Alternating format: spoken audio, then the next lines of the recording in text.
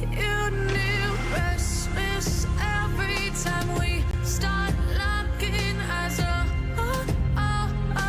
Lost control. Oh, it's paradise with honesty, but I'm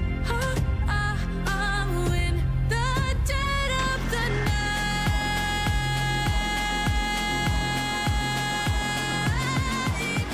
Let the darkness take control.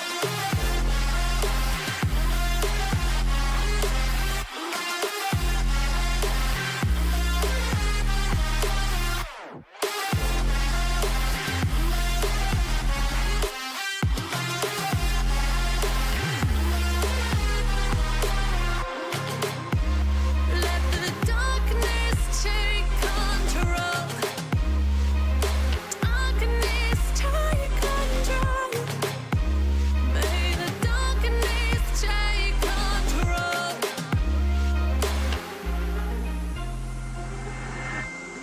Take me in the smoke, breathe me in and let me go.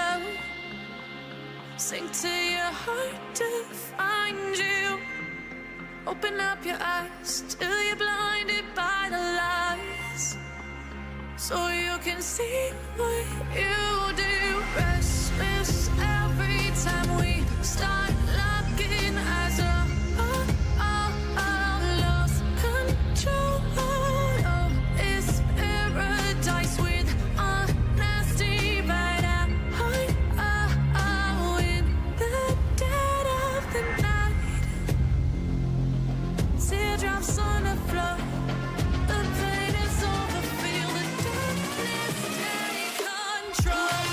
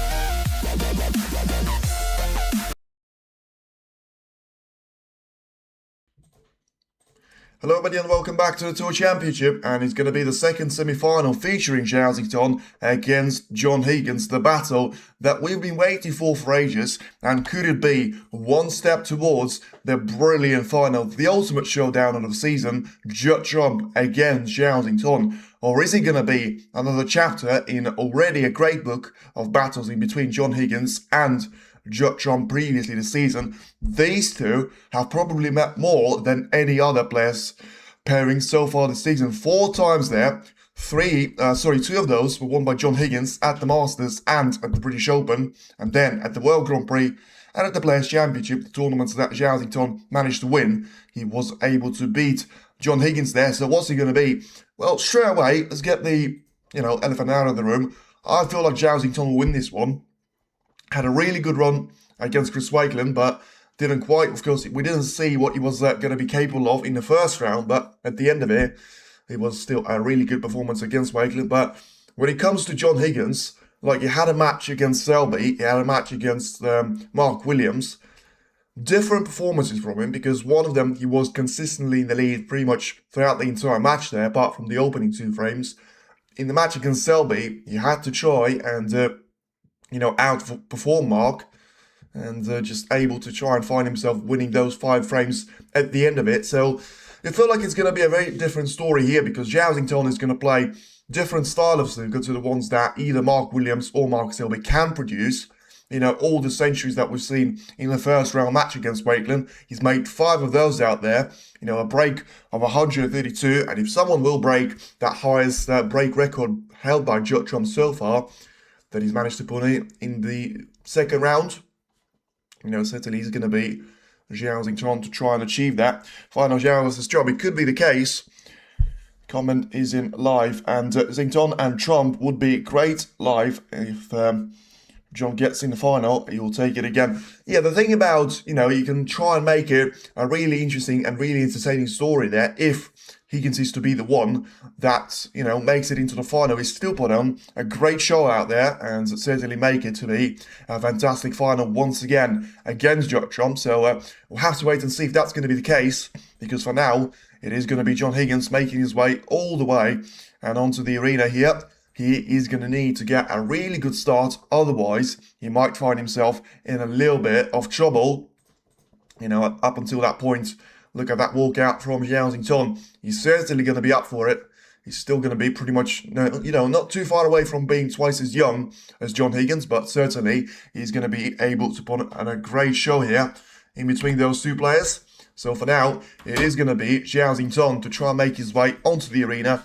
And the thing about Higgins that you can always say is that he is going to be a threat to try and come back later on in the match. But for now, it is going to be a story to try and write for Xiao, because, he's missed out on a couple of good performances, those in the Welsh and the World Open against Stuart Bingham and Gary Wilson in the last 16. On both of those occasions, can he try now and make it past the quarter-final stage and get himself through to the semi-final appearance as well? Just never know what you might get there with John. He can be unplayable, or not too good at times. He has more match craft than anyone. That is true, but it is going to come down to what's going to happen on the day. And for the time being, as I say, you can always just do a little bit of a guesswork before the match starts. And I tell you what, for me, it is going to be very much Xiao match to lose. But, probably would absolutely love to be seeing John Higgins in the final, not even for the setter, but just for the chance to have the history repeated. Same thing that he's done last season at the Tour Championship against Mark Selby. And look at that, the handshake is in there in between the players. Stephen Hawthorne and Matthew Stevens are going to be doing the commentary. Funny thing that I've actually seen on the WST, doing the news, just checked out what he was, and apparently, the Judgment Day, that you're supposed to have a couple of commentators taking through. So Ken Doherty and Stephen Hawthorne are the one featuring in the first round of Crucible. So technically, they could find themselves to be playing in the main draw, but they are the ones that are doing the Judgment Day live there. So unless they can be, physically, twice in 2 different places there, and then it's going to be really difficult for them to try and achieve that, which obviously leaves you with a mind that they maybe just realise that neither Ken or Stephen will be getting themselves through to the Judgment Day. So they'll have their work cut out and be doing the commentary for those ones that do so. For now, it's going to be a great break-off shot by Xiao. Let's see what the response from John Higgins is going to be there. Well, could have done without touching the brown, but to be fair, he got a nice little kiss on it, and it seemed like the brown has managed to block off the left corner there for Xiao.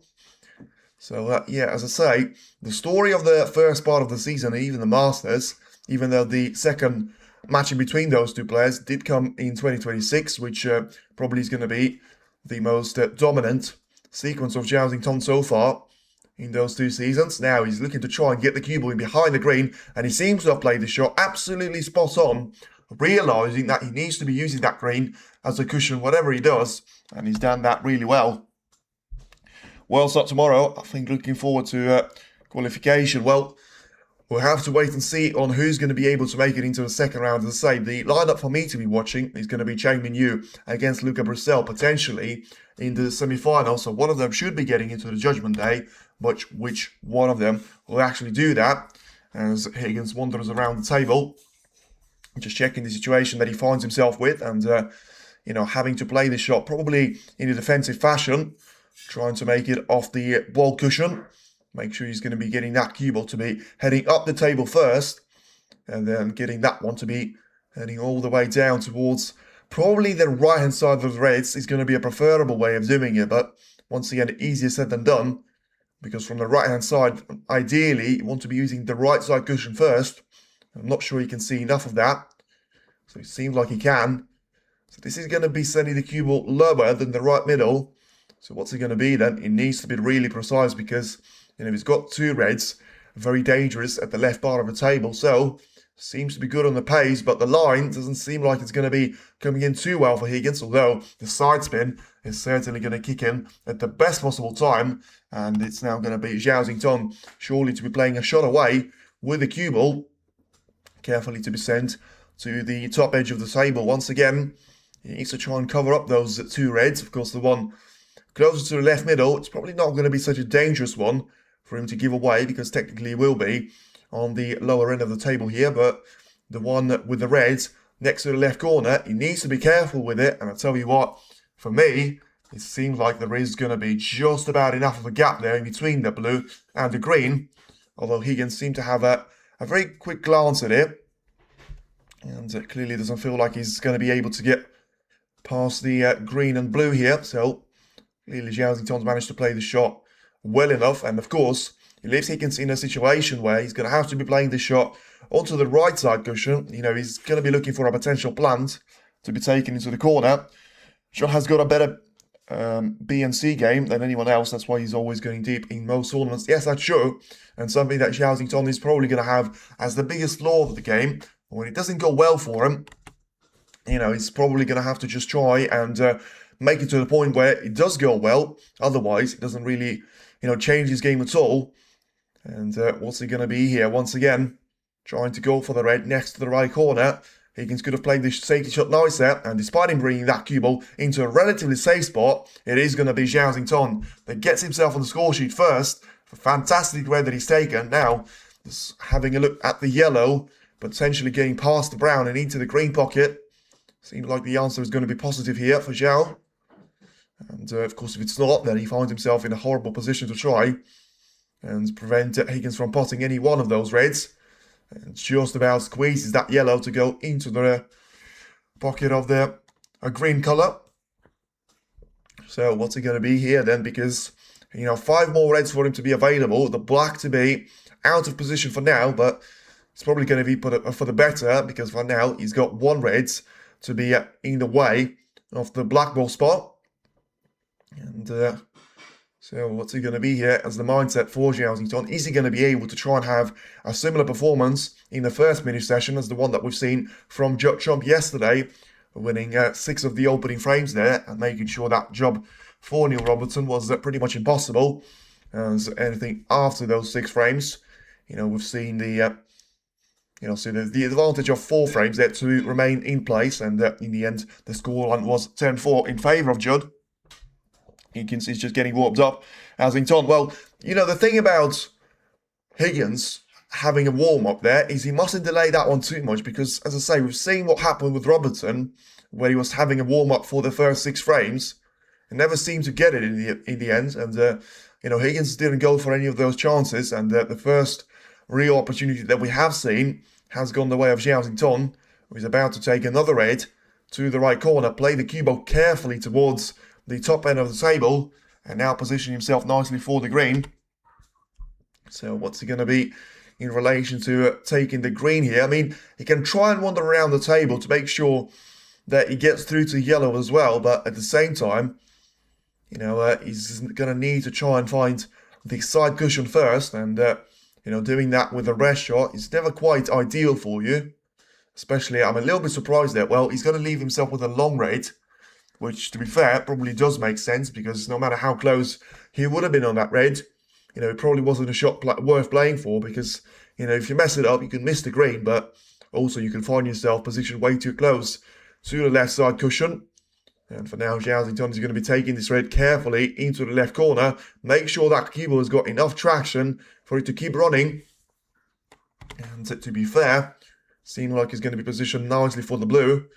About to be taken into the left middle. Of course, the wrong side of it, in relation to the remaining two reds, are still being at the lower end of the table. But right now, he's still got a good chance to try and play this shot through the blue, get himself lined up past those reds, and now position himself nicely for those reds to be taken into the left corner and left middle simultaneously.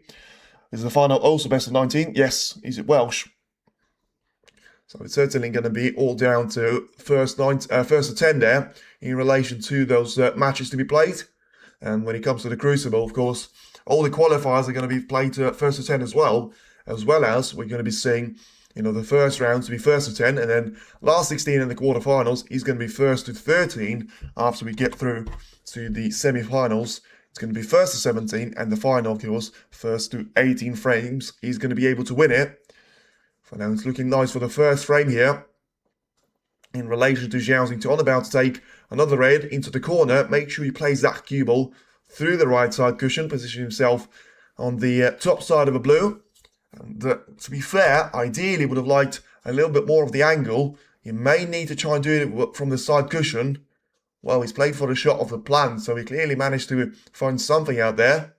But needed to be getting that cue ball slightly more down the table there.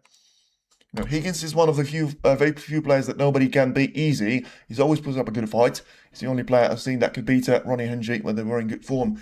Well, the thing about it is that Higgins doesn't actually get beaten, too often, unless it's going to be a surprise defeat, which, we haven't seen too many of up to this point. He had a very early exit against Stan Moody in the first round of the World Open, but, apart from that, he's been able to find himself in, either losing out to a really good performer there of Xiao Xington. It was in the first round match at the World Grand Prix, but of course Xiao Xington's to be the one to be winning the World Grand Prix after. He's managed to beat every single one of those players. As now Zhao, for now, he's looking to try and stay on taking those easier reds away from the pink, making sure he doesn't go into the pack too early, and stays patient for now. And certainly talk about being patient. It's a horrible miss on the pink. Where's the pink going to finish, though? Because it seems like somehow he's managed to cover up the points of the red that he was playing for. Of course, the pink would have gone onto the black ball spot. In the end, very surprising miss there from Zhao. And let's see if he's going to be punished for it here, because 40 points is the difference. And it shouldn't be too much of the advantage in his favour. If, of course, Higgins is able to try and find this red to be heading into the right corner. The answer seems to be negative, and Higgins is going to be forced to be playing a safety shot. So, 83 points at the table. So, of course, Xiao Xington had to be playing those reds with the blue, or sometimes even cheaper of a colour. That's a poor shot, though, from Higgins. I mean, I'm not sure if he's going to be able to get away with this one, because the red closest to the blue is going to be number one option for Xiao, and the red closest to the black ball spot is going to be option number 2. Ideally, he wants to be taking a red next to the blue, because of course he will make it one less difficult red for him to try and find, but also at the same time he wants to be making sure that he gets that red in and still playing that cue ball to the top end of the table. Well, wow, that was unlucky, but was it unlucky, or is it a misjudgment there from Xington? Because he plays the red nicely to the middle, but at the same time gets that cue ball to be heading way too fast towards the green, and he's going to be put in with exactly the same position there, as John Higgins doesn't feel like, it will make sense for him to be playing a shot from here. So then 4 points go the way of John Higgins. And let's go Higgins. Oh no, well, straight away, it was a bit of a no from John because of the mistake that he's made. But now Xiao wasn't able to respond, and he's going to be put back into the position that, provisionally looked like he was about to win the frame and get himself up on the score sheet straight away there. To beat Selby from 8-5 down was the same performance. And I thought, well, listen, he's managed to do that twice in 2 seasons there. Exactly the same story against Mark Selby. Very interesting shot selection there from Xiao because it seemed like it's worked out in relation to taking one of those reds in towards the right corner, which of course would have been covered up by the ping, but right now it seems like the outcome is going to favour towards Xiao, and it seems like he's played this shot really, really well. So now what's he going to be in relation to? Just trying to find himself, playing a good shot here with Higgins, and make sure he's going to be the one that tries to set the pace to the remainder of the frame. It's a horrible kiss on the blue that is going to be incoming. And to be fair, I thought he was going to catch the blue pretty much full ball there from the angle that I was looking at.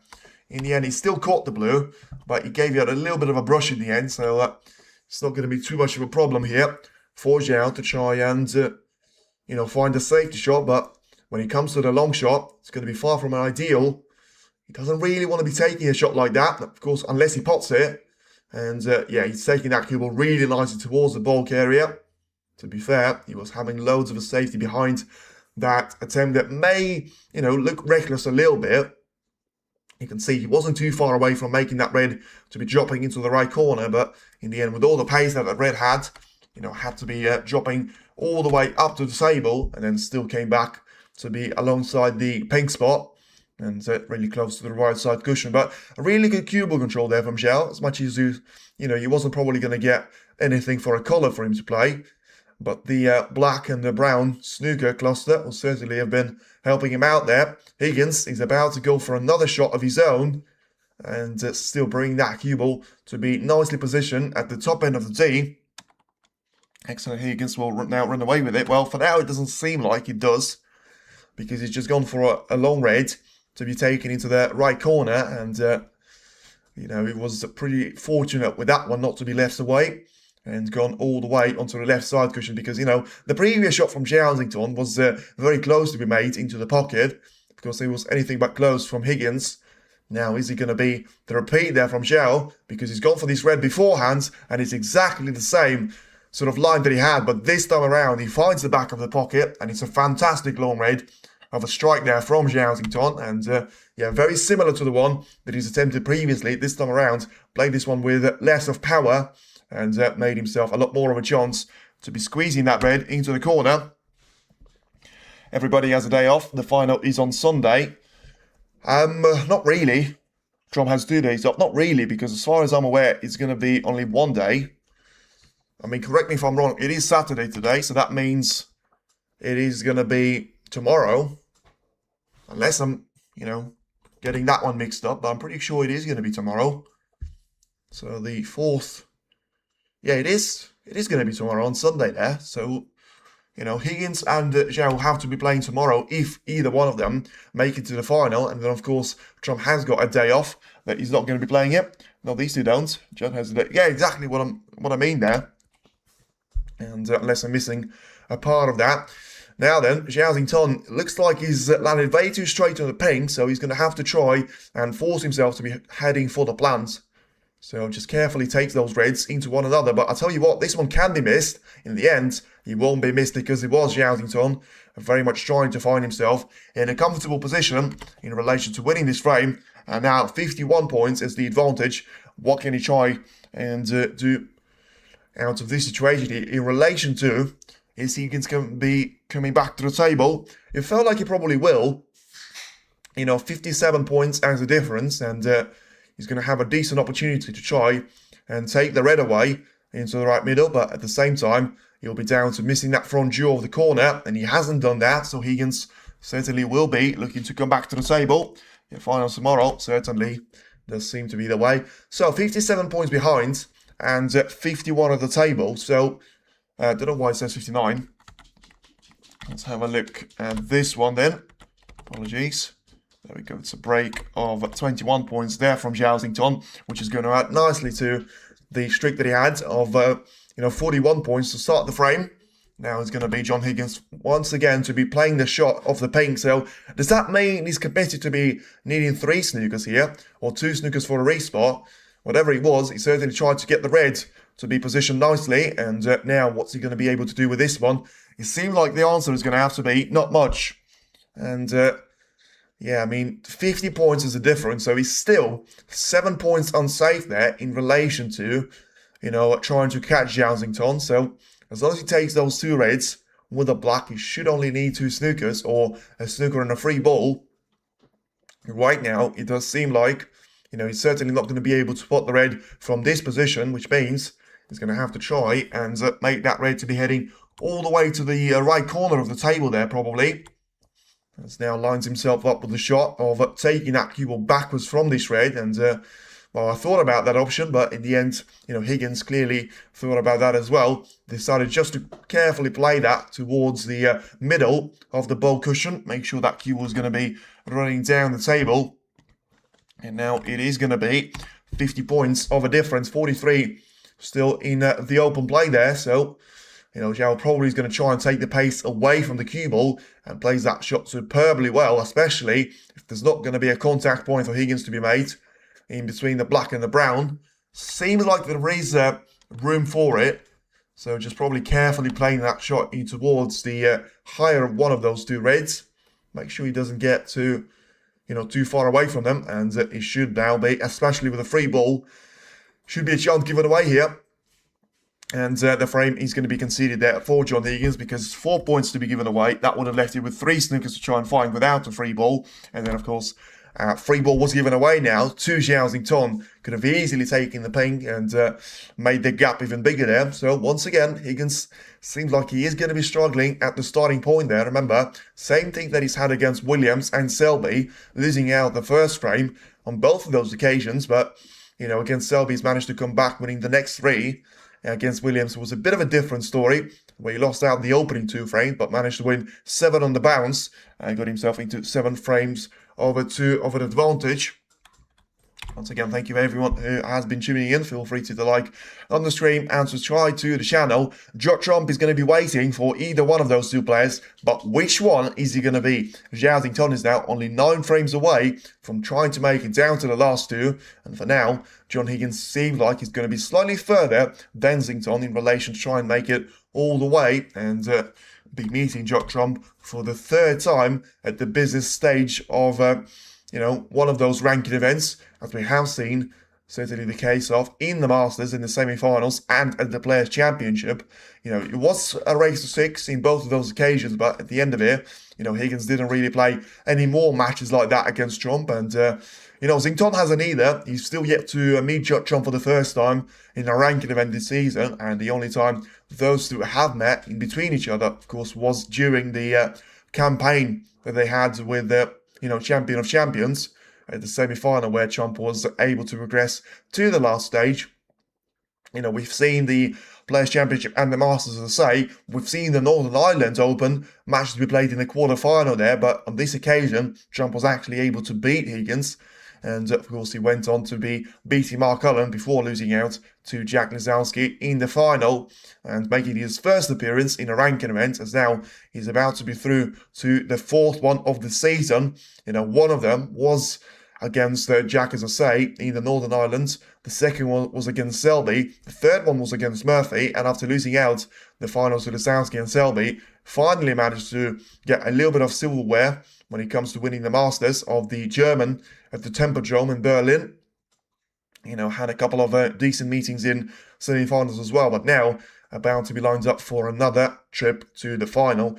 And is it going to be 4th time lucky for him potentially against John Higgins, or is it going to be John to try and finally, add to all the final records that he had so far this season? He's had one at the Nanjing, one at the Masters, one at the Players' Championship. He's lost all of them for now. Is it going to be 4th time lucky for him as well? And now he's going to be certainly John Higgins to be breaking off. That thing is the one that he can't get wrong. And let's see if he's going to be able to just exploit the way of breaking off in a nice fashion there and just make sure that he's going to have a really nice opportunity of taking that cue ball all the way up the table. So he's played this one pretty well in relation to, he's blocked off 4 of those reds to be left away for Xiao, but neither one of them is going to be an easy task. So then Zhao clearly looking at the reds next to the right corner. So what's it going to be for him? Oh, I mean, clearly tried to play that red, got nowhere near the cut-off points, and he's going to be a very cheap chance given away in favour of John Higgins, which Xiao needs to be doing a lot better than that. Otherwise, he'll find himself, you know, and that frame advantage that he has got disappearing very quickly off into the distance. And John Spencer got 6 news of Jimmy White one time and won the frame. He's got a few new ones and won this season. Jack Will Wakelin, yes, and you know, certainly someone that hasn't been new but hasn't been winning for a long time is Maguire. And of course, when it comes to Mark Williams, you know, he still had a really good run at the Xi'an Grand Prix. And apart from that, it's all been down to the most consistent players of the season, the likes of Selby, the likes of Murphy, the likes of Xiao, and of course, Karen Wilson. Well, probably not going to be on the consistent list, but still looking to try and win the Shanghai and the Masters at the Alexandra Palace Trophy. So he's now going to be 2/3 of completing the Triple Crown set. And let's see what's he going to be in relation to the UK for him. Now about to be lined up for the blue for the second time here, Higgins. I mean, the problem for John is going to have to be the case of, even though that chance was presented to him on a free, and he needs to try and take as many points as he can, but realistically, of those 4 reds, the maximum that he can take is going to be around 24, 26 points there, because he's about to take the first 2 reds with the blue. Now, he's going to have the last of those easy reds to be taken, and then he's going to have one more at the top end of the table with a position that he can try and get through from the blue. But of course, in relation to trying to get the position on the black sorted out, that'll certainly help him in you know, his attempt of trying to play that cue ball carefully into the bunch of those reds. And well, I say carefully, if he wants to try and give a little bit of a nudge to the positional play, that's going to be fine for him. But in relation to just you know, taking the cue ball to be sent to all of those reds there, and just trying to play a careful shot, and once again playing those reds to be spread out away there. It seems like, you know, a little bit of power wouldn't really work out, so he needs to try and really send this cue ball to be hammered into the pack. What's it going to be then? Needs to make sure he doesn't miss the black at the same time, and he's done that superbly well, putting the black into the corner and still getting himself lined up for a couple of those shots to be taken into the left and the right middle at the same time, although he may not be able to get through to the red about to be taken into the right middle, but still at the same time should have a decent run of taking this red into the left middle part of the table there. So what's it going to be here for Higgins? Because it's going to be a decision made in relation to which one of those reds to be taking, but you know, if you look at the remaining reds that he's going to have in relation to the ones that he needs to try and win the frame from here, then you should have those lined up at the main pack of the reds and next to the pink spot as well. For now, about to clearly just guide that cue past the ball colours. Let's see which one of those gaps is he going to be looking for. In the end, he was in between the green and the brown. I thought he was actually going to try and narrow the angle a little bit for him, but he's played this shot really well, and once again he's going to have a choice of a couple of colours there for him to be playing. The second bit of the first session is often the key one in those 4-session matches. Finally, that feat is in first bit here. What we mean, are you talking about the Crucible, or you talk about, you know, the 4 mini sessions that you mean there? So 4 frames each adds up to 16, and then of course the fourth one could still have as many frames as you need. So then Higgins is about to play this shot once again, but the cue ball is going to be way too close for the side cushion, and Higgins is going to realise that now. You know, it looks like he was going to be looking at potential of playing the red into the left middle, but it doesn't seem like it's worked out for him, and in the end, he's probably going to be forced to be taking a red into the left corner with far from an ideal angle to be set up with. So, yeah, this is going to be quite awkwardly for you to try and cue there, because even in relation to, say he gets the red into the left corner, he's not going to be lined up with an absolute guarantee in relation to the way that he wants to be, playing the black into the left corner as well. And he had to cannon the cue ball into the black, and he seems to have played this one just about well enough in relation to the black position that he has got. Even though he doesn't want to be straight, at least he's managed to push the black close enough to the left corner so that he can try and take this one on. So is he going to try and play through this one? No, it was the side spin and loads of backspin as well. And underrun slightly for the red, but he should be fine here to try and transition on towards the pink and the blue to choose from.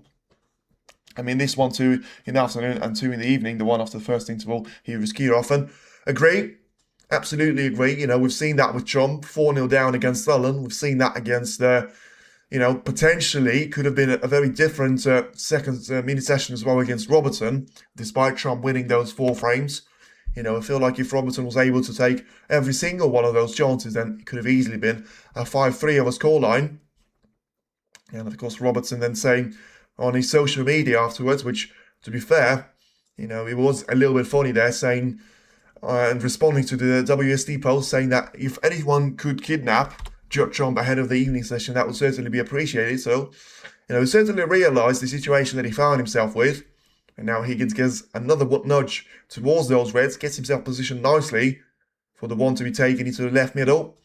So clearly going to try and play the cue ball through the red, get himself lined up for the pink. Well, I mean, does he want to be playing for the pink here, though? Because, in relation to, he will know better where the pink is going to be respotted there, but I would have thought it was going to try and play for the blue instead.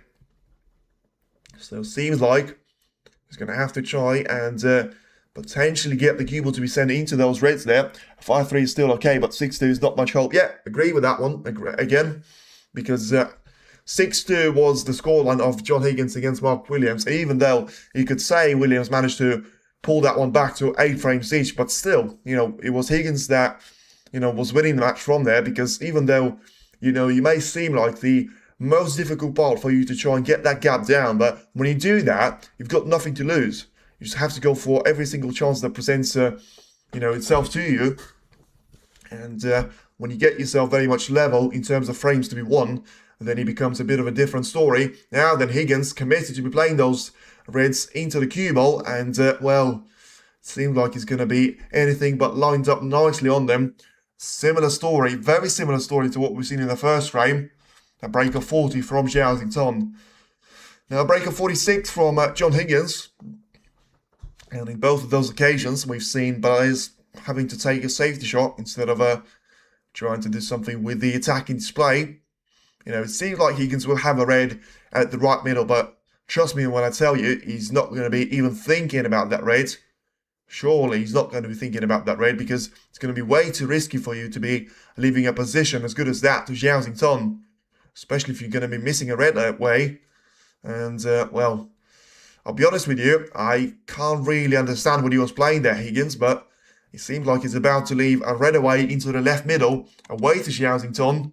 Could be the same story about the red next to the right corner as well, but whatever he was, he certainly wasn't a great safety there from Higgins. So a couple of options here for Zington. A red into the corner, a red into the left middle.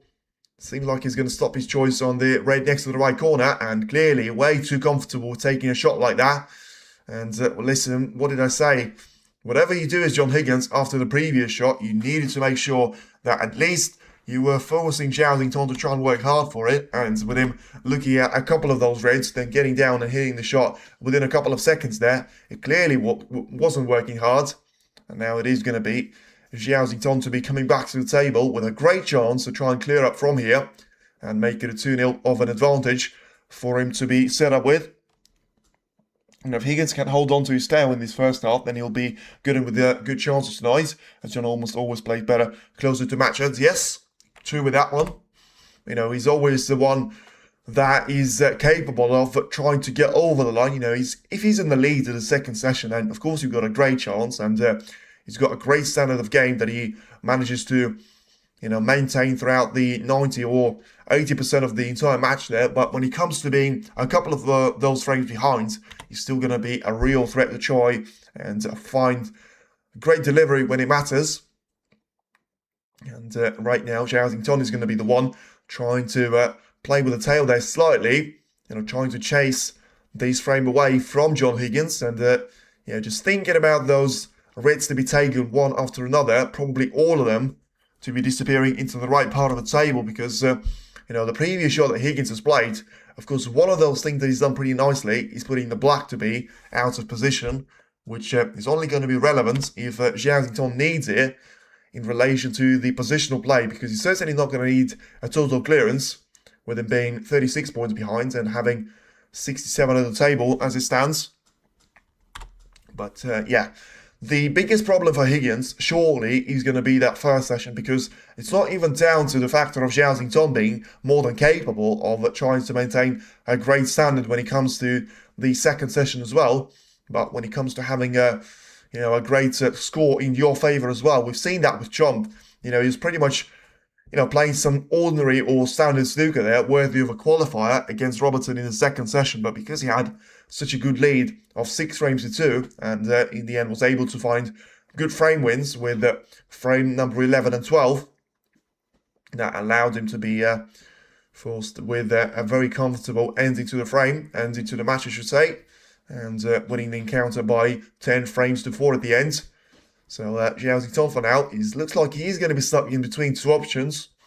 So just carefully choosing the one which you'll see here, red, close to the right part of the table. And it's going to be down to taking the pink in relation to the left middle as well, because if he's going to be playing the shot with a little bit of backspin, then the cue ball should be stopping in time there for it to be played on for the reds into the left part of the table. But Xiao clearly had something else on his mind, and he was trying to, in the end, not take the power away from the cue ball, but instead try and inject some onto it. And now about to be positioned for the red to be taken into the right middle here. So it's now going to be a great chance for Zhao to try and kill this frame away from John Higgins. Now he's got the huge bounce of the cue ball in relation to the paint, but has he managed to get it in a straight line? I'll tell you what, he has. And it's something that he wasn't looking for at all. Anywhere but straight. Because now that leaves him with two options. He can try, and neither one of them is going to be nice, because, for the things that I see, you probably will need to be playing that one into a cushion in relation to, he's got a specific part of the table where the red into the corner is going to be playable from, but that part of the table is going to be so limited that it's increasingly difficult for you to be taking a shot like that. So decent there from Xiao. I mean, he clearly just studied that, the position of the cue ball that was going to be acceptable with backspin, but he gave himself a little bit of a leeway, which, to be fair, you can't really blame him for, just because he made this shot slightly more difficult for himself. At least he's still going to be lined up for the red to be taken into the corner. He's taken that one in, and where's that cue ball going to finish? It should finish on the blue or the pink. Number 3 today, but Mazda never answered. I'll be honest with you, I've got absolutely no clue. Let's have a look for me. And yeah. Well, it does tell that you are level on those points, which doesn't actually make sense either. But anyway, it's going to be the pink or blue here to be taken from Xiao. He's decided to be taking the pink, and he's taken that one superbly well. Look at that for a shot, being awkward on the pink, but still allowing himself to be playing the cue ball into those two reds. And now about to get one of them to be closer to the right corner. So 8 points right now being the difference in between Xiao and John Higgins. And he certainly will need the black, which, Higgins managed to put safe really well at the start of the break for Xiao. But it's about to be the highest break for Xiao, but ultimately, potentially the highest break of the match as well, because even though we haven't seen any breaks to be anywhere near the century break for now, it does seem like, Zhao finds himself only having to play 4 more shots there after the red. He's about to disappear and position himself nicely for a shot of the blue, the yellow or the brown. It's going to be top side of a blue though, which is not ideal because he needs to be playing this one all the way to the yellow. Probably brown to be taken into the yellow pocket now, because if you're going to be taking the yellow as well, you probably should be lined up that keyboard in a straight line into the middle, which sometimes can be a bit of a problem there. And yeah, in the end, probably the right decision there to be taking the brown into the yellow pocket. And now 3 points as the advantage here for Xiao.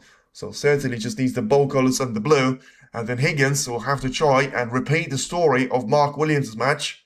And he's going to be 2 frames down at the starting point of this encounter as well, as Xiao takes the green and the yellow nicely. So leaves him with 8 points of the advantage. He's going to be 12 with the brown, then he's going to be 17 with the blue, despite having only 13 of those left out at the open play there. So it could still be a great total clearance there made by Xiao, because at the moment where he stepped up to the table, he certainly didn't have it easy in relation to those reds for him to try and get the starting point from. He was able to find a really good cut into the corner, and now he is going to be taking a 2-0 lead against John Higgins, and Higgins finds himself in trouble. He's not going to bother about the black, and it looked like he wasn't even going to bother about the points, because, the fact that he was looking at the scoreboard despite playing the pink, clearly just was too focused on the weight and those balls that he had ahead of himself. Now it is going to be the break of 69 points exactly, which leaves Xiao to be taking a 2-0 lead against John Higgins. And for now, it's certainly been anything but slow start to the match. 40 minutes in, already 2 of those frames be finished, and a potential steal there very early on from Xiao. So Zhao was going to be the favourite anyway. By the way, thank you for everyone tuning into the match. Feel free to like on the stream and subscribe to the channel. Great entertainment there in between Xiao and John Higgins already. And we've only been through 2 frames. And what's it going to be when potentially, fingers crossed, either Higgins or Xiao will be playing against John there, because whichever one of those matches we're about to see, then he's certainly going to be lined up on paper to be one of the best, if not the best, final of the season when it comes to just being on paper there. It's sort of loose frames we lead like this if John does. Yes, he certainly has done. That's the thing for John to lose that one. Agree, but once again, he only has himself to blame. Nobody asked him to be running himself out of position, and of course having to play that having to play the reds in the way that he has, leaving out the reds to be available to be taken into the right corner there, away to Xiao. It's probably never a nice thing for you to be doing, and it's exactly something that he should not have done. He should have known better, but in the end, it was very much Xiao to be taking full advantage there against John Higgins, and now it's going to be a great entertainment to be seeing the way that the remaining 2 frames of the first mini session will finish there, because the referee seems like, she's not going to have anything to do with that in relation to respotting the cue ball, respotting any one of those colours with the foul shots, because for now, after a couple of, long safety battles in the first frame, we haven't really seen any one of those in the frame number 2, and now what's it going to be in frame number 3, because 144 were the odds for Xiao to be the match winner at the start of this encounter. Right now, is going to be 1.2 for Zhao to be the winner, and 4.50 for John Higgins to try and make another comeback and get himself lined up with yet another clash against Judd Trump. This one to be in the ranking event final. John needs to get at least 1 out of these first 3. 1 is not too bad, but 4-0 is bad starters. Yeah, but even 3-1 against Xiao is going to be setting yourself up for a disaster, because that way, he leaves himself with pretty much impossible mission to try and lead into the, into the second session there, because that will leave him with having to win 4 out of those 4 frames, and even 4 all, to be fair. Is he going to be advantage to Higgins? Because an advantage is going to be taking a gap of 5 frames to 3, because he's got the ability to try and get himself over the line there. But are we going to be getting to the stage where, there is going to be a sign of fatigue from Higgins in terms of his game? He's had to play 1 extra match there, 2 extra sessions. That leaves you with something like, 4 hours of extra snooker there at least to be played against Mark Williams that he had in the first round. He had a really difficult match against Selby as well. And now he's about to have a really difficult start to this frame as well here, because, well, he's probably just about going to be fine with this one, but taking a red into the left middle after a bit of a shaky break-off from Xiao catches the backhand jaw of the middle, and very fortunate not to be leaving that cue ball to be in a playable condition in relation to the raid that he didn't manage to pot. But similar sort of thing has to be said about Zhao Xingtong there, because despite having an easy raid, to be super close to the cue ball, doesn't manage to take it, anywhere near the safe place in relation to the bulk line, catches the left jaw of the middle, and now he's going to be positioned for another great chance here for Higgins to at least put the cue ball safe. You're only going to have one of those reds to be in the open play, but that probably leaves him with a great chance to try and take this red away into the corner, and that's exactly what Higgins has done. Just needs to be alongside the black here, because he's not going to have any more of those reds to be in open play. It's a brilliant shot there by Higgins, and he needs that frame desperately here.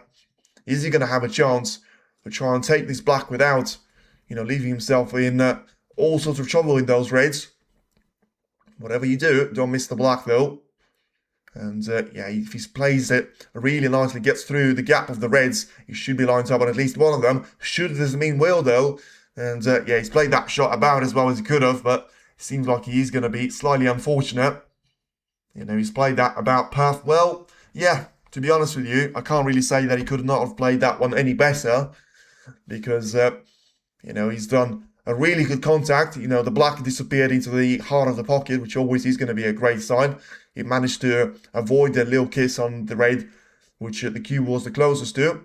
And now what's he going to be? Playing a safety shot? No, playing the attacking shot, and it didn't work out on this occasion. And is he going to be punished? Well, it seemed like he will. Xiao Xingtong is going to be ruthless with those type of mistakes.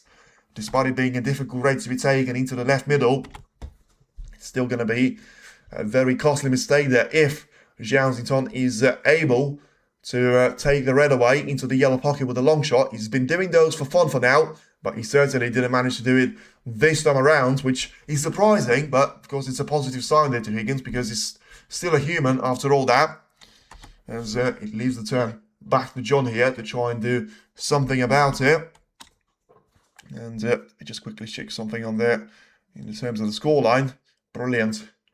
Now I'm going to regret checking that scoreline for the rest of the evening.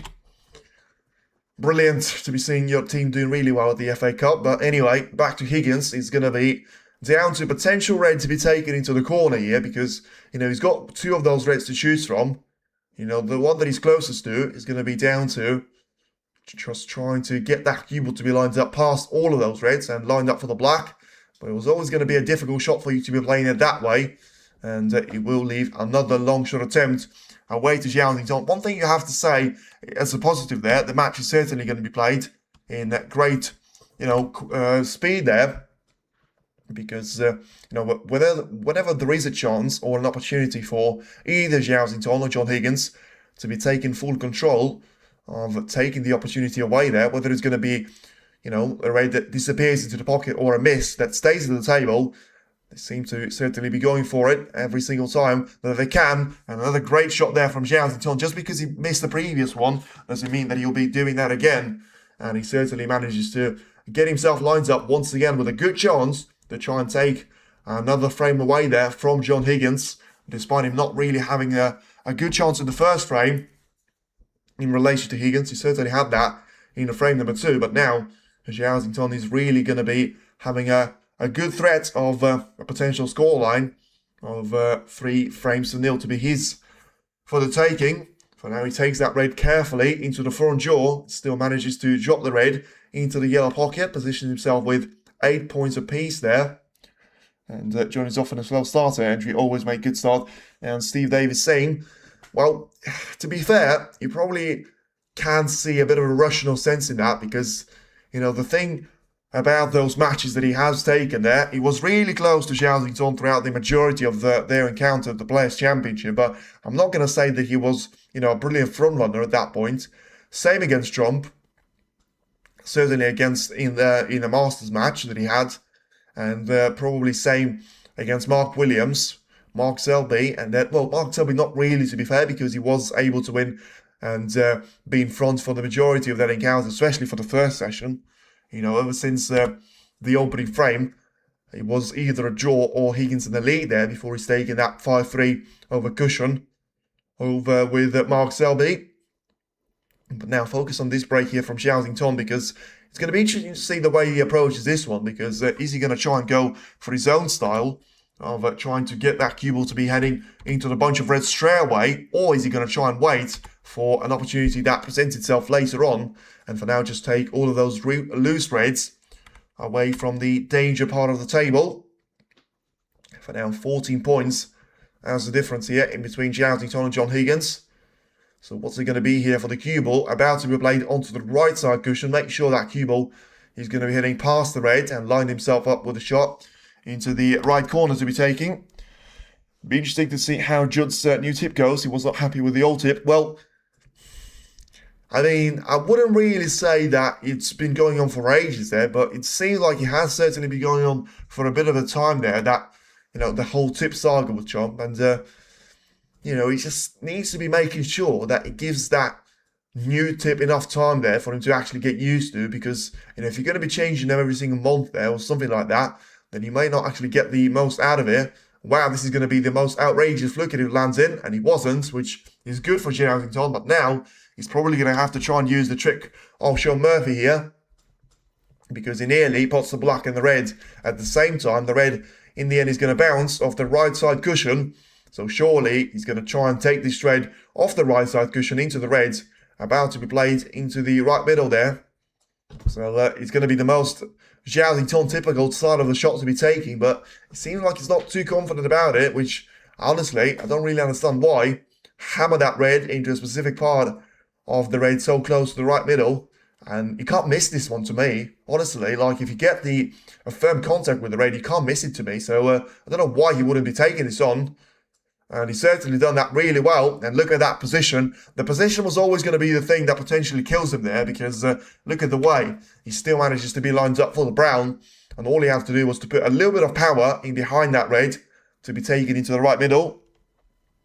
He said in the interview he's still struggling with a new one. Well, yeah, it takes a while to play in the new tip. Yeah, I mean, listen, to be fair, one thing you have to say about Trump is that if he's struggling right now and he's reaching those semi-finals for fun there, I mean, I've seen his interview yesterday, and you can't really say that he's wrong in that.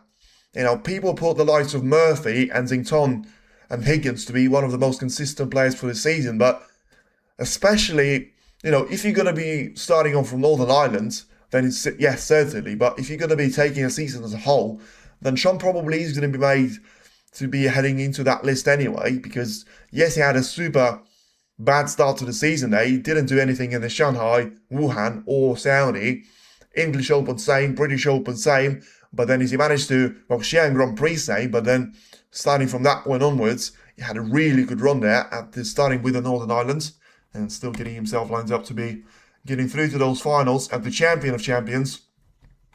Of course, he lost out on the Scottish Open because he wasn't playing that particular tournament.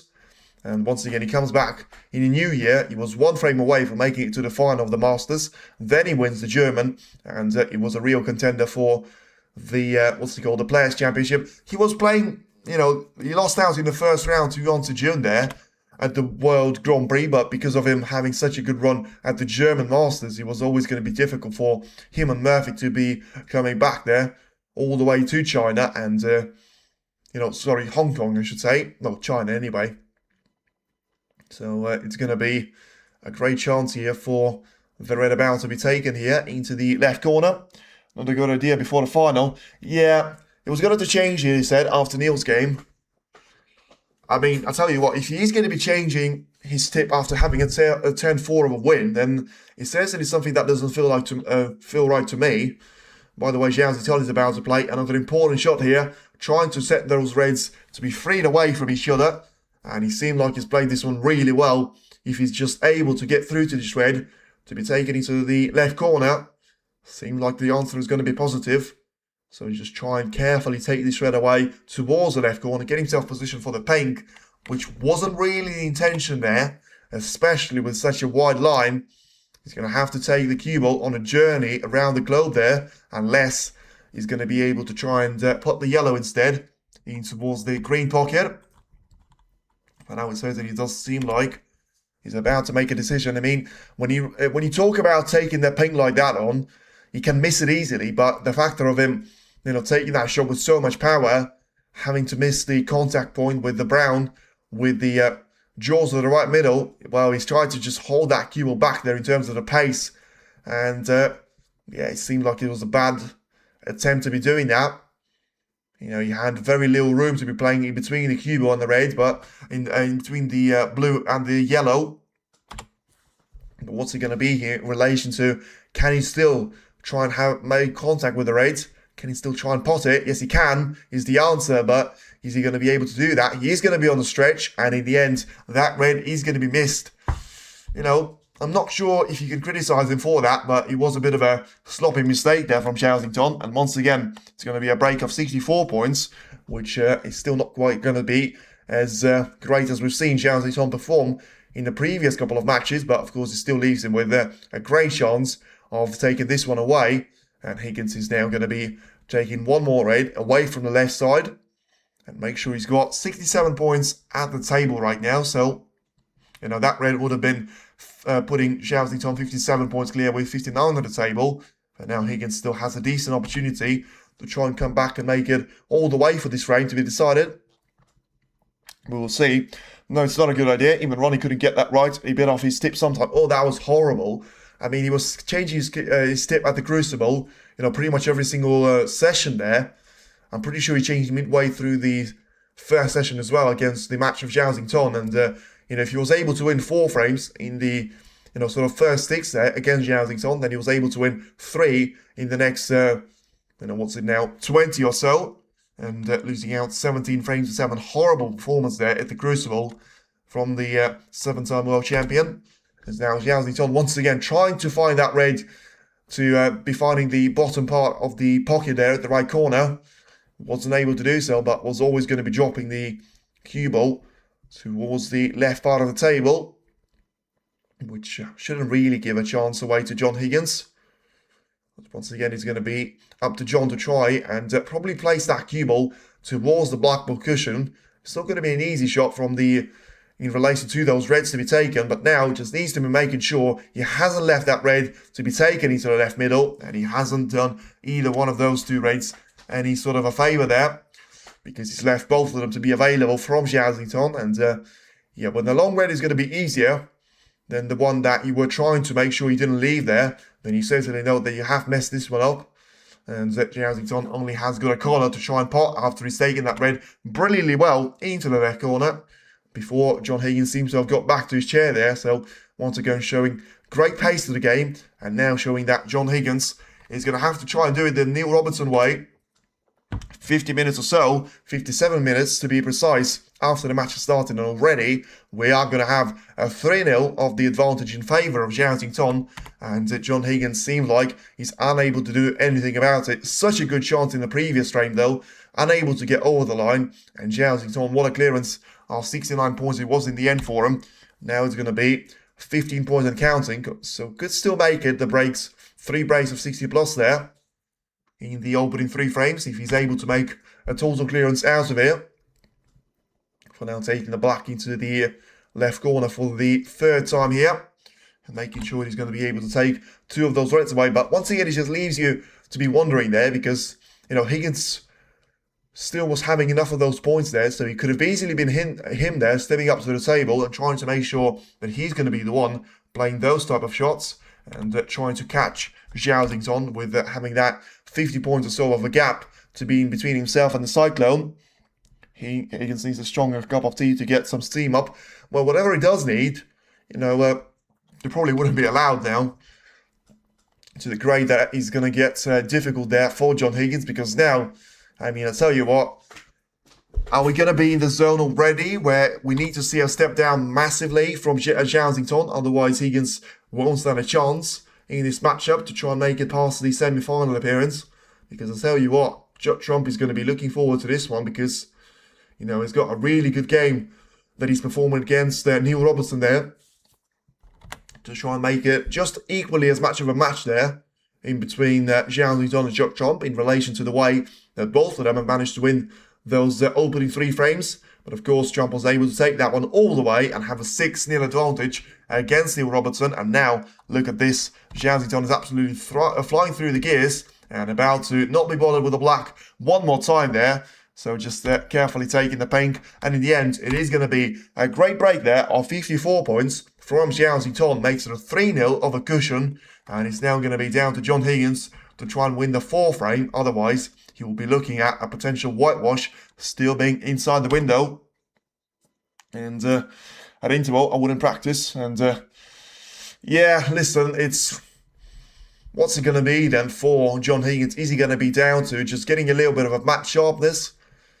I don't know, because it's difficult to put your finger on one of those issues there to be stand out there for the reason as to why we're not seeing anything as good as John Higgins from the match of Mark Williams or the one that we've seen yesterday against Mark Selby. Sorry, not yesterday, the day beforehand. It was a really good match from start to finish there in relation to Higgins was consistently in there with a chance to be taking those matches away there. In the end, seems like he's going to be completely checked out in relation to the way that Xiao Xington is just able to come back to the table, dominate the performance, and make a couple of mistakes sometimes along the way as well, and now position himself to be in that real spot of bother there when it comes to, having those reds to be positioned in a difficult place there in the last couple of frames, but still not really able to do anything with that position. And, the thing about it is that you probably have to put that down to just the inexperience of Xiao Xington sometimes, but you can't put that down to inexperience for John Higgins, because of course he is going to be the player that has seen it all there. Whatever it is, it's going to have to try and be the win in the 4th frame, and ideally he wants to try and double, if not triple, the points that he scored in the previous 3 frames. A nice break of 130 will leave him in a nice position there, because look at those points scored by Xiao Xington, 258 scored by Judd Trump in the first 3 frames against Neil Robertson. Of course, Robertson didn't score any of those points as well, but, it doesn't take anything away from Xiao Xington when it comes to taking his opportunities, already making 3 breaks of 50 plus, despite not making one of those until the 2nd point of the 2nd frame as well. This boy makes it look so easy. I've never seen the likes of him in that way. Yes, absolutely, but that's why it's so enjoyable to be watching Xiao Xington, because he makes the snooker look like a very simple game there, which, if you know that it's not a simple game, it just makes you appreciate the way that he's going to be going on about the business very nicely. As now you can see John Higgins and Xiao Xington to be symmetrically positioned, and at those banners, Xiao at the left side, John Higgins at the right side, and of course, it's exact places they're going to be taking at the table. So just very carefully having to take a break-off shot from the right-hand side of the table. Now, John needs to be seeing a bit of a great performance from his own. If it's going to be a long red that he's got available, he needs to take it first time. But now, whatever he does, he mustn't be leaving a red like that away, because that is a shambles of a break-off. And this could potentially be the beginning of the end there of this first mini-session. And of course, right now, it is starting to look like the beginning of the end of John Higgins as well here, because 4-0 down. I mean, you literally are going to be comparing this performance with the one that we've seen with Judd Trump against Robertson. Well, I expected this one to be put away there by Xington. He hasn't managed to do that, and surely this is the last chance and the best chance that Higgins will have of trying to avoid a 4-0 of a defeat. And of course, if he does that, he's only going to be 2 frames behind of Xiao Xington. And, he's made a competitive match out of a performance like that against Judd Trump in that, 2019 of the World Championship final.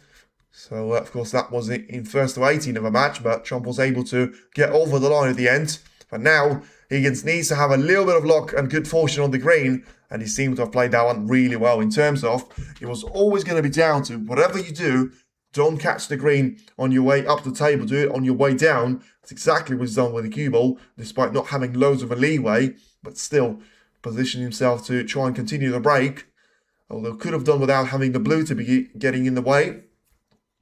The fact that he's got 2 reds to choose from probably leaves him in a nice position in relation to taking the red away. See the left part of the table, and the spin he gets on the ball with so little effort is amazing, really.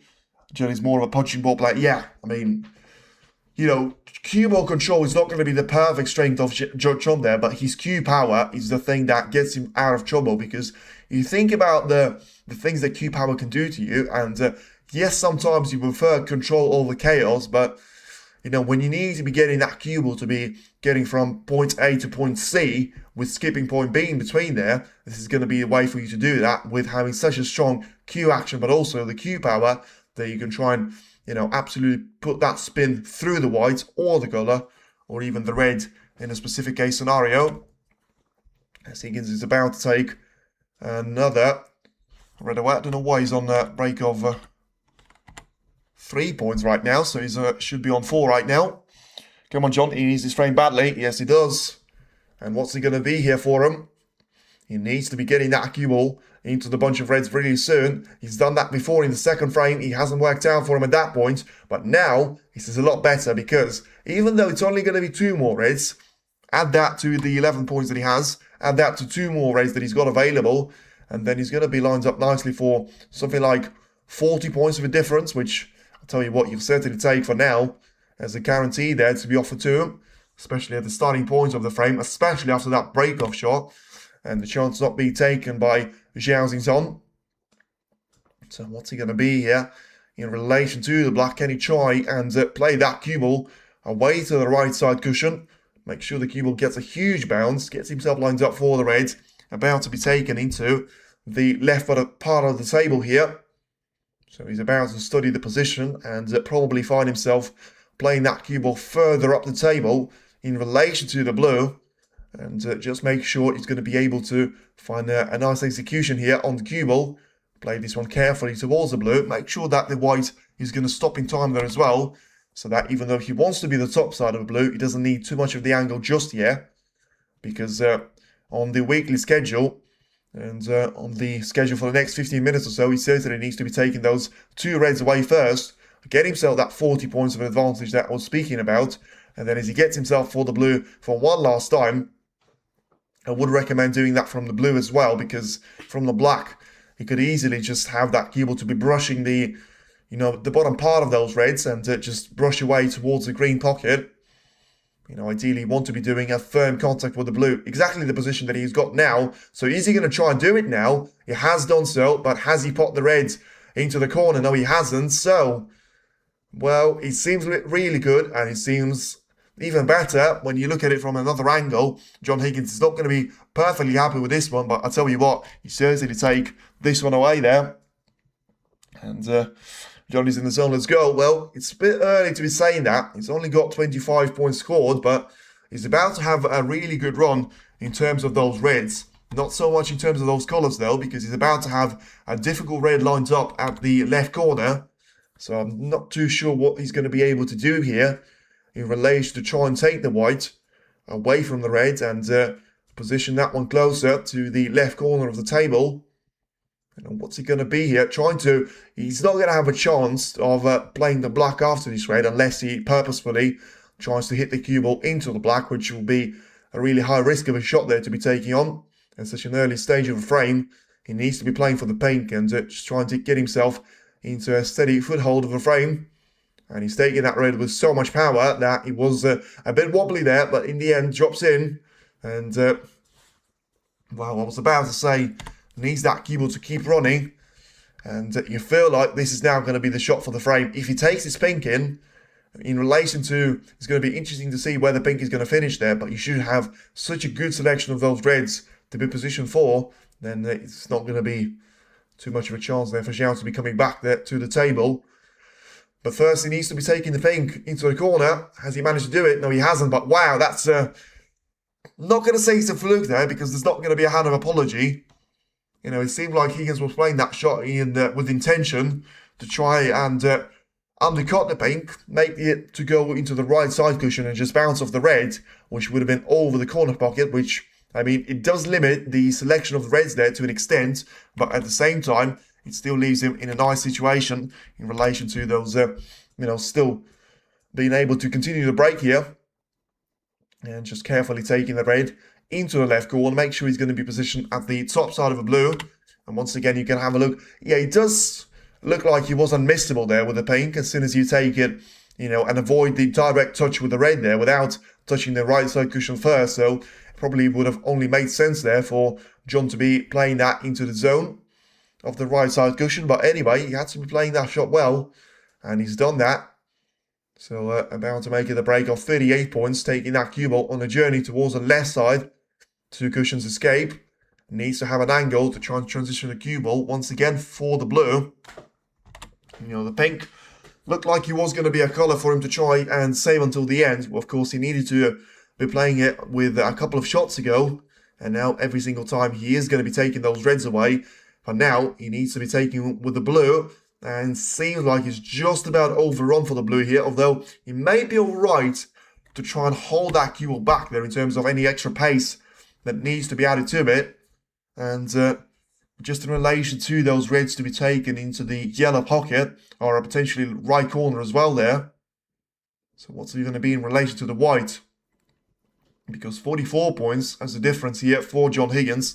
It's going to be a healthy lead, but it's not quite going to be the one that takes him over the finish line. And I tell you what, he's certainly going to be really satisfied with the angle that he's about to get on two of those reds to be choosing from. And he probably can make a case for taking the reds away from the right corner there, because eventually that will finally free up the black to be available to be heading into the right part of the table. So which one of those two is he going to take? It seems like he's going to be taking the easier one away, because just make sure you are going to be scoring those extra 6 points. Eliminate those 8 points to be away from reach there of Zhao. Needs to be the right side of a blue. Needs to be top side of a blue as well. Just about got it there in the end.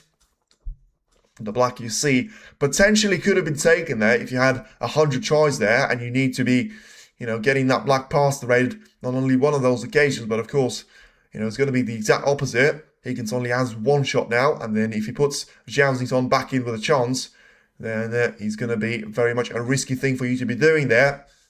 Well, 50 points is the lead, but is he going to be enough? Because another red, which is going to be classified as difficult here for John, seems to be smiling about it, but probably just realising how difficult it will be for him to try and take this red into the left middle, into the left corner, I should say, but not even down to this, but what is it going to be in relation to taking that cue ball, try and pot the red into the left corner, and still finding himself to try and make it all the way for the black there? Because if he's going to be heading for that small, tiny little gap there to be taken into the right corner, then it's not really the shot that you want to be faced up with. I said the pink was probably the shot for the frame. Certainly managed to buy himself a little bit of time, but is he going to be enough there? The answer seems to be no, and Higgins is going to be absolutely fuming with this one. He's about to fluke a red into the... I thought he was going to be playing for the black there. So we nearly fluked the red into the corner. Nearly doesn't count. And this is going to be another problem for him, because the red has gone all the way to the yellow pocket, jumped away from the left, and still nearly flicked itself into the left part of the table. I'll tell you what, that was really close. And a little bit of lesser of power. And that certainly would have been taken nicely there for John Higgins. So, in relation to Zhao, can he try and make it 4-0 of the advantage, or is it going to be Higgins to try and come back with yet another chance there? Just seems like he's unable to be winning those frames with a single visit to the table. But, I'm a little bit surprised there with how much accuracy Zhao leaves himself with having to play this black into the corner. But then, he just plays the perfect shot straight into the heart of the pocket, despite having the front bit to be covered up by the red slightly. And, yeah, it certainly does seem like Xiao is about to play another couple of good sequences of those reds. Make sure the cue ball is going to stay on the black, and all he needs to do is exactly what he's done in the previous couple of frames, especially in the frame number 2. Get himself a nice total clearance of 50, probably 60 plus points out there. And then he's going to be lined up for an easy ending to the first mini session and make it pretty much an hour worth of work there for him.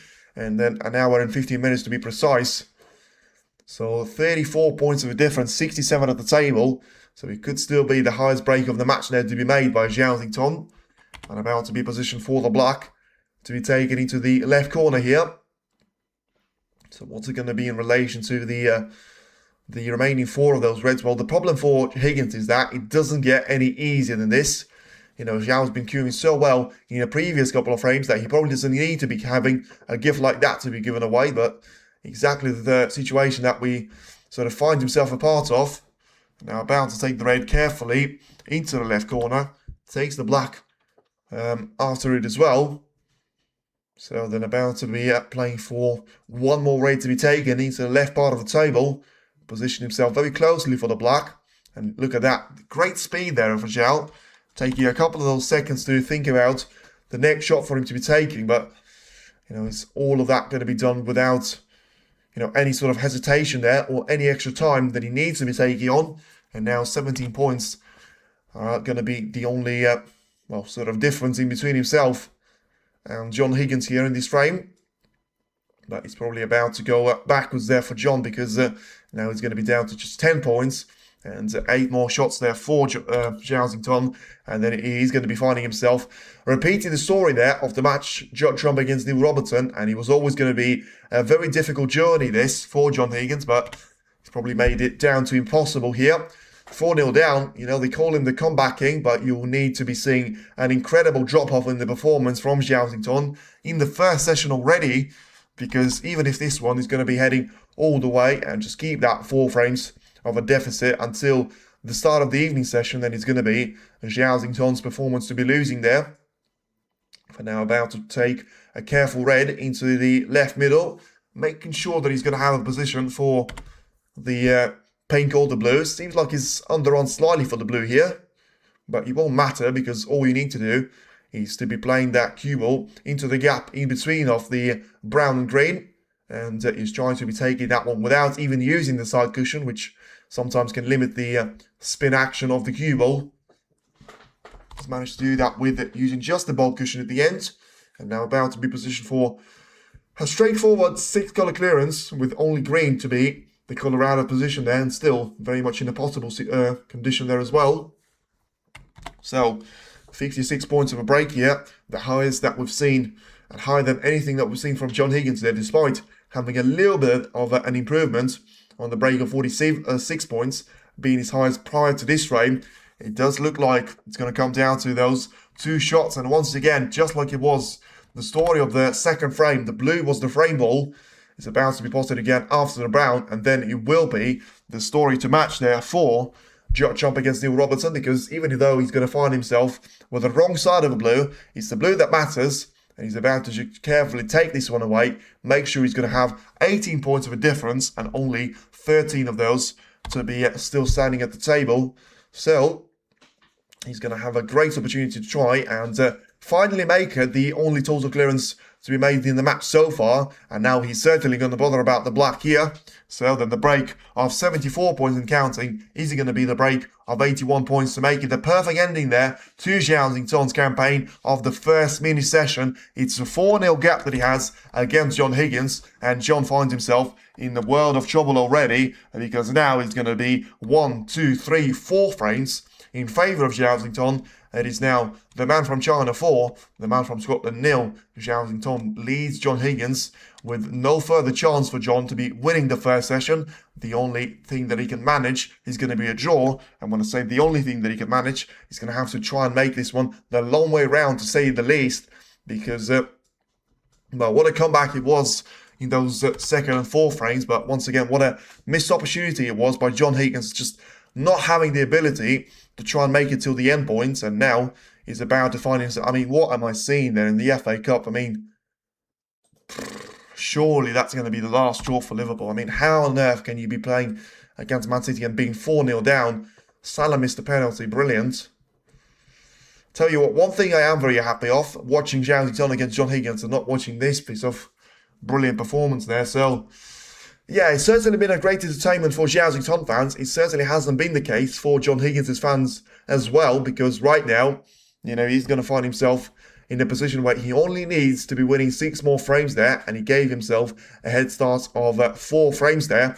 And look at that points, by the way, 333 there by Xiao, better than what we've seen from John Trump in the first 4 frames against Neil Robertson. Wow, that is impressive. Yes, Higgins has managed to score more of those points, but only for the reason that he's had 2 real opportunities to be taking those frames away there. And it doesn't even make the defeat even better for him, because, he had those chances, he weren't able to take them, and now he's about to be 4-0 down in relation to the first 4 frames to be played, and Zhao Xingtong will have to try and take his foot off the gas pedal to make it a little bit more of a competitive matchup. For now, it does seem like that Higgins is going to be going nowhere with the relation to his performance. And yeah, when it comes to having a line like that to be ahead of him, it's going to be all the way down to just trying to make it a competitive performance out of this there for Higgins, because, you know, I'll tell you what, he'll do really well to win 3 out of the remaining 4 frames and then try and make it down to 5-3 being the advantage there for Zhao Xingtong. Won't believe in the 6-0. Well, Letitia, I bet you wouldn't, especially before that match of Trump and Robertson started there. The fact that we could have both of the semi-finals in the race to 10 to be lined up with a 6-0 of the advantage for both of the favourites there, really. The worst thing is, you know, we feel like it would have been a bit of a different story there if Robertson and Higgins were taking those gaps in, because they were the ones that were sort of treated as the underdogs, rightly so right now. You know, with one of them being 6-0 down and 10-4 being the final score, and now the other being 4-0 down with only 115 points to be scored to speak for it. And also, you know, you talk about 115 points scored. Well, the highest break of 50 points there in the previous frame, you take that one away, and he's 65 points scored in the first 3 frames. You take the break of 44 away, and it's going to be even worse there for Higgins. So one thing I can tell you, it doesn't look pretty for him, but, you know, one thing that we always say about John Higgins is that he's never going to give up, and let's see what's it going to be there, because right now it does seem like it's going to be all down to taking a decent chance away. Whether he's going to be able to find it or not, we'll have to wait and see. But yeah, for now, it doesn't look likely to be the outcome of the match that John Higgins will be able to try and turn this one around. But Zhao Xingtong probably will only need to try and find a steady performance, and then it should be very much all down to taking this one all the way there in relation to the things that we've seen from Zhao Xingtong. Can he try and make a little bit of the improvement in terms of, you know, having a good run with, you know, maybe the positional play probably was the strongest aspect of his game. The long shots have been supreme as well. And when it comes to having such a good run of the ball, it wasn't really even getting lucky there. It was just having those shots to be doing exactly what he wanted there in relation to those reds, to the colours, to the cue ball, to everything that was very much in within his grasp there. So, yeah, really good performance that from Zhao Xingtong so far. Let's have a bit of a brief analysis, though, in relation to what we're seeing. Higgins, what can you say he needs to improve on? Everything, really, but that's a boring answer. A more detailed one is going to be the long shot game. You know, the ones that he was taking on, he wasn't making any of them to be finding the back of the pocket. The chances, the lack of opportunities, which means that he wasn't really getting the most of, you know, the safety battle against Zhao Xingtong. But in relation to it, you probably have to say that the way for you to be taking chances in a performance like this is make sure you don't miss your opportunities, because the perfect demonstration of that was the frames number 2 and 3. We've seen so many of those mistakes from both Zhao Xingtong and John Higgins that you felt like it was always going to be down to whoever makes finally doesn't make a mistake, I should say, out of a chance that gets presented to them, will be able to take the lead. It happened with Higgins, finally. It looks like, you know, he's going to make a really good break out of it. It makes him rating 46 points. He plays a horrible shot on the blue and gives the turn away to Zhao Xingtong. And then Zhao, despite missing out on the yellow pocket to be taken with a long red, you know, Higgins messes up the safety shot or whatever he was playing, whether he was taking the red into the right middle or whatever. Then it's another shot into the yellow pocket there by Zhao Xingtong, and he's taking that one, which was the more difficult for him to be executing there. So a fantastic performance there from Zhao Xingtong. And once again, it wasn't just the only time this happened, because I can't quite recall which of those frames it was, but he had a red lined up into the right corner, which is a really tough long red. And maybe it was in the second frame as well. Maybe it was even in the first one, because it was right at the starting point of the match. He's taking that red, he missed it, he got the cue ball to be in a really nice zone in terms of the ball cushion there, and he's super close to the ball colours as well. Then Higgins plays a couple of safety shots, and, you know, Zhao Xingtong comes back to the table. A very similar red that he's got positioned to the same pocket there. He takes it, brilliant. No chance for Higgins to be coming back to the table now. He was in the first frame now, I remember, because at that point, Higgins needed a couple of those snookers there to try and find, but he wasn't really relevant anyway. So, yeah, I mean, what can you say about it? What can you say about the performance of John Higgins there? Not a lot, and you know, the praise for Xiao probably won't be enough for now, because you need to realize that this guy has done it all when it comes to having a performance like that, to be putting in time after time after time. And the most dangerous thing about him, and probably the most dangerous for his opponents especially, is that the best of Xiao always seems to come in the semi-finals or a final there. Trump needs to be fearing that, but for now, you know, it certainly looked like yesterday he had a game to match in that aspect of the game, but for now, it certainly seemed like... Where's the poll, by the way? Don't tell me I haven't made the poll. And, yeah, it doesn't show to me for whatever. 77% go for Xiao there, 5% for Zhao, and John Higgins seems like he's going to be favoured by 19% there, so... Well, I'm not sure about that, but at the end of it, it's going to be all down to just having a performance like that, where, you know, it will be down to the last couple of those frames. It will be down to... So what does John Higgins need to do now, realistically? Forget about the first session for a minute, which only for a minute there. What can he try and perform in the second session? Because 4-0, forget about it. He doesn't have, you know, he doesn't have the opposition there. He will need to see Xiao struggling from the get-go, and then it's going to be down to this for him to, you know, sort of be outplayed completely in every single one of those frames. Before that point, it does look like it will be down to just the performance to forget their form, Higgins. You know, and yeah, we'll have to wait and see. But probably winning 2 of those frames wouldn't actually look too bad of an outcome in relation to the second mini-session, but in the hindsight of things... 6-2 down, are you really going to take that from the first 8 frames to be played? The answer is probably not, but as Letitia said, something that you need to be very careful of right now is surely going to be down to just having the, what's it called? The 6-0 to be avoided. So winning a frame earlier on into the second session will certainly help, but we'll have to wait and see if that's actually going to happen there, as we're still only 3 minutes away there from making it back into the arena and welcoming the players. So for now, it's going to be another great opportunity for... So let's have a look about the news on the snooker there. It doesn't seem like... And yeah, that's fine, to be fair. It's fine. I was about to be seeing that apparently there was going to be a bit of a release there on John Higgins, because, you know, 147 bonuses for the 2026 World Championships. Have a look about this one, because only 15 maximums have been made at the Crucible by 11 different players.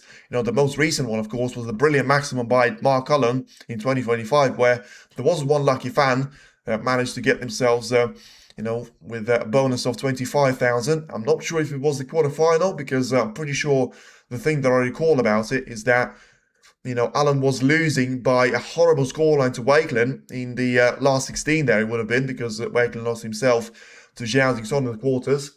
And Alan still made a fantastic break of 147. So... WST and WBBSA will offer a bonus of 40,000 for a 147 made at the Crucible and 10,000 for a made during the qualifying rounds. This is nice, but to be fair, if more than one player makes a 147, then the prize money will be shared equally. And, well, to be fair, you've got one more. Let's have a look at this one. Have a look at the chat. I'll copy and paste this one in. Let's see if it's going to be happy. No, once again, it's not happy with the symbols to be made. And... okay, anyway. I don't know why they put restriction on me there on YouTube. So now I just have to try and get rid of this one. So just do it in separate messages then. So it's a good thing there, to be fair, for the WSD, because, you know, I'm not quite a fan of having that money to be shared there, but, you know, if it's going to be a potential chance to have an opportunity there for either one of the likes of Liam Pullen or Chang Min Yu to try and take those away. And something that certainly Ronnie will probably be quite happy about whether he's going to be giving this one away, then it'll be very interesting for you to be seeing. So then let's have a look. Yeah, I'll tell you what, this is going to be the reaction from Ronnie there at that point of view, because he's certainly going to be the one enjoying it about as much as he could. But listen, it's nice there to give a chance for Liam Pullen and Chang Min Yu there to be making maximums in the UK Championship qualifiers. So, you know, of course, you're not going to have qualifiers for the Masters. So it's now, and I'm pretty sure we didn't have a Masters 147 there. And by the way, it's going to be for any player, but it could still be 1 or 2 more occasions. You know, the thing about 2 more occasions, let me just try and copy and paste this one in. And it's still, and there we go. There we go. Ronnie O'Sullivan banked these bonus during the Saudi Arabia Snooker Masters, but he could still be won on up to 2 more occasions. What does that mean? Last year, 2 147 were in the same match. I might remember well. Yes, it was Jackson Page against Alan Taylor, if my memory is not letting me down, which it has done a couple of occasions before. Because, yeah, it was the qualifier match of Jackson Page there. I'm pretty sure he was the one to be making... Well, I know he was the one making 2 147s in the qualifier. I'm not sure about the opposition, the Page indeed. Yeah, I'm just trying to think, because the only way I can remember is that I can remember the... you know, the huge statue of Alan Taylor there, walking up towards Jackson Page and, you know, congratulating him on that appearance, because the last break, by the way, was made at the point where the match was over. So, you know, sort of managed to win that match by 10 frames to 1, something like that. And then, of course, the end point of the match was with a brilliant style there for him. We should be able to bring this one up. So, qualifiers then. Jackson Page, let's have a find where he was. And I'm not even sure he made it into the final appearance of the draw there, by the way. So Jackson Page, Jackson Page, Jackson Page. Looking at the Welsh flag. Jackson Page, there we go. 10 frames to 2. It was the first match that he's played, but of course, you know, he was through to the semi-finals automatically. Alan had to try and find his way over to the semi-finals. And then, of course, it was 10 frames to 2 there, where Page managed to win. And then he lost out in the final of the Judgment Day against Zhao Connor by 10 frames to 7. So, yeah, going to be all down to trying to have a repeat of history there, potentially, for, you know, Xiao could still be very much capable of doing that, because as much as he made a 146 this season, I'm not sure he's made a 147, apart from the one that he's had in the Championship League, which still counts, by the way, but, of course, he does have a whole new feeling when you make it in the Crucible. And, I forgot what I was going to have a look there towards. Yeah, let's have a look at the profile of the player, because that should give you the number of 147s that he's managed to make. He's had loads of those in qualifiers, by the way, in relation to the Q Tour that he was having to walk his way through, because, of course, he would have been competing as an amateur status before his brilliance of the World Championship. Now, Zhao, let's try and find this player down. So, Turn Pro 2016, current world ranking finals, 5 147s, only one of those to be made. Wow. I mean, that is massive. Because, yeah, as you can see, he hasn't managed to win the Masters just yet.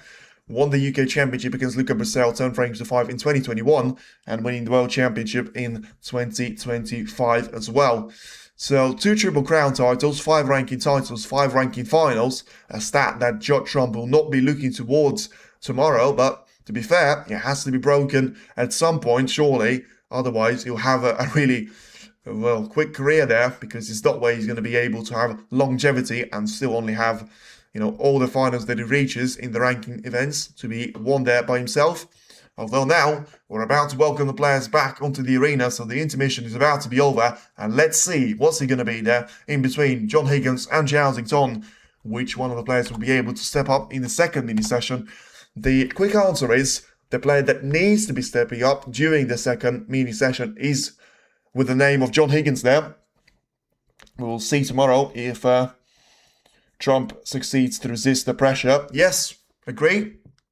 Because for now, it is going to be down to a small chance for Higgins to try and come back. Of course, you know, it probably will be equally as bad. I mean, is it equally as bad right now? 4-0 down against Xiao, the player that is such a dangerous one, where you allow him to be away from you, 8-5 down to Mark Selby. Which one of those would you prefer? I'll actually do a poll on that. So I can't end the poll here because I can't see it. So, well, I have to do that in between the frames because the break-off shot is done now by Xiao. And it looks like it's not going to be the perfect one. But, you know, John Higgins hasn't managed to take the similar red away into the right middle in the previous couple of frames. Let's see if he could try and find this one to be hitting the back of the pocket at the left middle.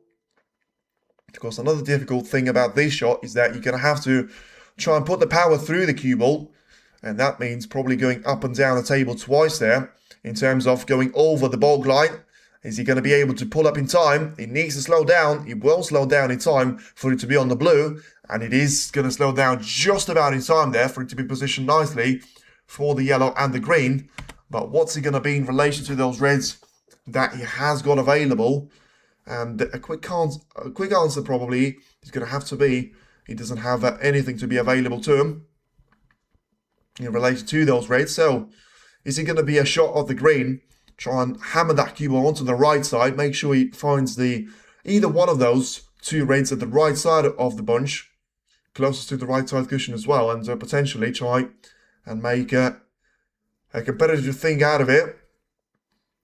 What's it going to be on the cue ball? He's played this one into the pink, which was a little bit of a problem for him, but it seems like if the red is going to get past the black, then it should be lined up nicely for the break to continue. And I tell you what, if that is the case, then he's going to have, I tell you what, this is close. The applause from the crowd to me were a sign that it's not even going to be close there. This one does need to be heading perfectly into the heart of a pocket for Higgins to be happy with the outcome. For now, he needs to be taking this red carefully towards the left corner and make sure that he doesn't miss the red, and that's exactly what he's done. Well, he was playing for the black, though. You will see. So what's it going to be here for Xiao? Because it looks like he's going to have a red closer to the left corner available to him, but, you know, we've seen that great form of Xiao. Although he's going to be coming into this shot with a bit of a break there. This is such a difficult shot for you to be taking, no matter how well you've been playing beforehand. And look at that, brilliantly taken there by Zhao. And the crowd is certainly going to be fed up with this one. I tell you what, we could genuinely see the exact same scoreline as the one that we've seen against Watchalong and Neil Robertson, because for you to be coming back there with Higgins, you need to try and have some sort of momentum to be taken, because, well, to be fair, he didn't really have that against Mark Selby, but, you know, are you really going to see Xiao to be losing out 10 out of the remaining 15 frames if he's going to be playing shot like that for fun? And for now, just as I was praising him, it looks like he run himself out of position, which, you know, was easy to do there, but it's very rare that you see Zhao to be making a mistake like that. Trump is Zhao's best final of the season, surely. Well, I would resist of making a statement like that before we see it. For me, the best finals of the season have been top three. Jack Lisowski against John by far. Brilliant final. Fantastic. It has to be in the top three. Robertson against O'Sullivan. Well, I would give the edge to Jack Lisowski against Trump there, I have to say, purely for the quality. So I may be able to just give the third place away to Robertson against O'Sullivan because, you know, for now, Xiao is forced to be playing that cue ball all the way to the top edge of the table and give himself 2 points of the advantage. And then, what's going to be the third one? Selby against Trump in the UK. It was a really good final, though. It was a really good final. Even though Selby looked like he was going to be in cruise control, the way that Selby was playing there was a fantastic bit of skill from Mark out there. So for now, Higgins surely just needs to go for everything. And he's about to go for the raise next to the left corner. Is he going to be able to find the back of the pocket? And he wasn't even trying to do that, but that could be the biggest mistake of the frame. And we've seen a couple of those already because the double kiss, a horrible contact on the red, and yeah, that red is going to be positioned over the corner pocket, but that's not even the worst news. The worst news is that red is probably going to stay there for a couple of more of those shots because Zhao has got a chance to try and take the red away into the right part of the table. And is that going to be signs of fatigue, or is that going to be just down to John Higgins still not being able to try and find any good rhythm of this game? For now, about to take the red away into the right corner. It's going to be similar to the one that he's taken into the left part at the starting point of the frame. This one probably is going to be easier, but well, I mean, it's similar to the shot that Trump has been playing against Robertson, where he sort of found the cue ball to be in between those reds. Whatever Zhao was thinking about, he clearly thought that there was going to be a chance for him to try and hit the cue ball through those reds. That wasn't the case. And now Higgins, despite making two such horrible mistakes there at the starting point of the fifth frame, is about to come back to the table one more time there. I'll put my favour on Zhao if versus Trump in the final. Trump isn't depending on his long shots lately, but yet to see Zhao hammering those in lately. Well, I've seen those today, that's for certain. He's been really good with his long shots up to this point there, and Zhao is about to take red away into the right corner of the table. As I say, he wasn't able to find any sort of chance to continue the break on the collar, and now it's going to be down to John Higgins to play the cue ball away from the green pocket and make sure he's going to be able to find the target with those reds. Try and get them not too close towards the right corner. Seems to have got one of them to be close, but not quite close enough. Just needs that cue ball to keep rolling, or it needs it to stop right now, whichever one of those he chooses. And yeah, it seemed like the pink is going to be the one, the collar that actually can be brought into play there by Higgins and used to its full extent in relation to the red that Zhao can't see yet to try and take into the right part of the table. What's he going to be playing for here then? Well, that was reckless to say the least. That was the shot that you certainly not going to be playing unless you got that 4-0 of a lead. But I mean, surely he hasn't been able to leave nothing away to John Higgins. Because, I mean, what was that there from Xiao? Was he genuinely trying to go for a plant with so much of the distance in between those two reds into the corner? Whatever it is, you know, John Higgins is not going to have that red taken away from him next to the right part of the table. So it does look like that one is going to be heading towards the right corner. So it just needs a couple of extensions on the cue and the rest to be guiding him through nicely. And so, by the way, once again, thank you for everyone tuning into the stream. Feel free to be back for the second session and hit the like on this stream. It's going to be very interesting to see that John Higgins may potentially have another say in this match, but for now, seems like he can't get his words out. And just having a look at the angle that he needs to be taking that red with in terms of potting it into the corner, but at the same time, needing to make sure that he's going to have that positional play sorted out. Whether it's going to be for the black, the pink, or the blue, all three of them are going to be in very different positions on the table, but ultimately, technically, you can try and play for either one of those three. For now, it does look like the pink or the blue for him to be taken. So just try and carefully, not just read away, but carefully wasn't the word. And Higgins clearly was thinking about that one long and hard, but he won't be able to make this red into the corner.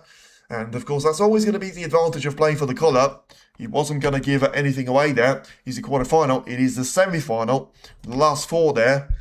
Trump is already in the final, and it's now going to be the last three down to Xiao, John Higgins, and Trump already getting past this stage. So whoever wins this match will be through to the final and will face Trump in a thriller of a meeting in the showdown first to 10 frames. And yeah, it seems like Xiao is still thinking about going for the raid, which is the only one that can potentially be taken into the yellow pocket there. So for now, looks like Xiao is going to have to try and make his mind up, which, you know, he's done this this shot previously out there in the third frame. He certainly hasn't managed to find this one in the back of the pocket. The red is going to be a bit of a traitor there, because surely this is going to be a chance for John Higgins to try and take this red away. And the crowd are going to be certainly urging him to try and make a match out of this one. As much as you may feel like the red placement is going to be a little bit awkward, but 90 times out of 100, probably more than that, John should be able to take the red into the green pocket. But the biggest problem is always going to have to be the position of their cue ball in relation to the pink and the blue. Final tomorrow at 1 p.m. Yes, absolutely. Absolutely is. So every single one of those days we've seen a match to be watching on from 1 o'clock and 7 p.m. in the afternoon and the evening respectively. So as I say, the red was always going to find the back of the pocket, but Higgins played a very risky shot there in relation to the black, and it looks like he's about to be very disappointed with his position on the black there. Well, listen, it was his decision to try and play a shot like that, and the black was pretty much alongside its own spot there with the cue ball to be lined up perfectly onto the black ball cushion. It was always going to be down to a safety shot to be played on the yellow, and he's managed to play that one pretty well, but of course Higgins is going to be absolutely devastated with the way that 3 of those chances that he's had in this frame are now going to be, lined up with 5 points to be scored. So 1.5 per chance there for him. Horrible stats so far for you to be seeing. But now Xiao is about to take another careful safety shot. Didn't want to have a kiss on the paint, but in the end, with it being a little bit of a nudge from the thin point of the paint, seems like he's actually managed to benefit from that one and find that cue ball to be in behind the brown, at least to some extent. We've had a little bit of a slow start to the first couple of frames in the match of Zhao against John Higgins, and for now, it does seem like the history is about to repeat itself, because neither John or Xiao are able to try and find themselves in a position where they're going to be dominating the frame. So it's going to be all down to not conceding an opportunity, and even with, so many of those reds to be taken away there, 5 of those to be, well, is it going to be 5 of those? No, it's going to be 4 of those to be precise for now. 7 points for Zhao, and only 5 of those for John Higgins. The position still does look like very nice, but something about this position is it's been looking nice pretty much since the starting point of the frame. And yet, look at this for a shot. Brilliant from Xiao. Is he going to be able to find himself on the collar? The answer is no, he won't. And once again, another red is going to be disappearing, but another collar is waiting to be potted there, but not this time. And it's going to be the easiest shot that you can possibly imagine there with the snooker, and trying to take as much of the pace away from the cue ball as possible. And many thanks for all the likes. Feel free to subscribe. Double Championship is coming soon. Yes. And certainly not going to be spoiled for choice there, because it's going to be a great interaction there with the fans. And, the way that this is going to be looking at the Crucible, you're going to have sometimes 3 streams across the day there. 1 at 10 o'clock, 1 at 2:30, and 1 at 7 o'clock. All of those matches to be played around the 8 frames. And tell you what, if there's going to be enough interaction, if there's going to be enough people watching, then I can give you an actual promise that even though it is going to be 3 sessions per day, you will be covered every single one of them on the channel. So you know what you need to do. Subscribe, hit the like, and tune into those streams. And then it's going to be a brilliant lineup for the World Championship to try and make it one of the best, seasons that we've seen, certainly from the competitive aspect, to try and be lined up with a great finish to the World Championship and the season as well. Just having a look at the scoreboard once again, which hasn't changed there in a bit of time from Xiao as Higgins is able to find himself out of that snooker situation. So just trying to get that cue ball to be running at the top edge of the table here. Let me just make sure that misery for my football team has ended, and it has. Brilliant.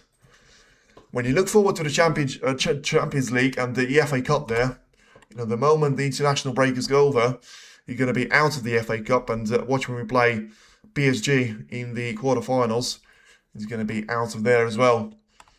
At least this is what you need snooker for, because, you don't really have, just one of those players to be supporting, and the great standard of play certainly makes you feel a little bit better from the sporting point of view. And Zhao, after thinking long and hard about trying to find that cue ball at the top end of the table, still catches the green and brown, but ultimately he's going to leave nothing away there for John Higgins in relation to the attacking options.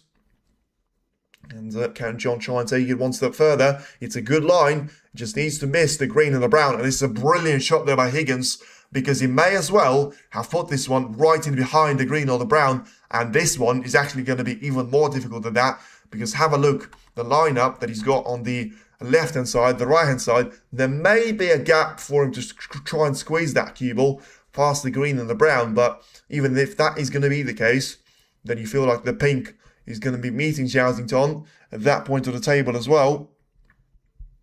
So what's it going to be at the right-hand side of the table there from the cue ball?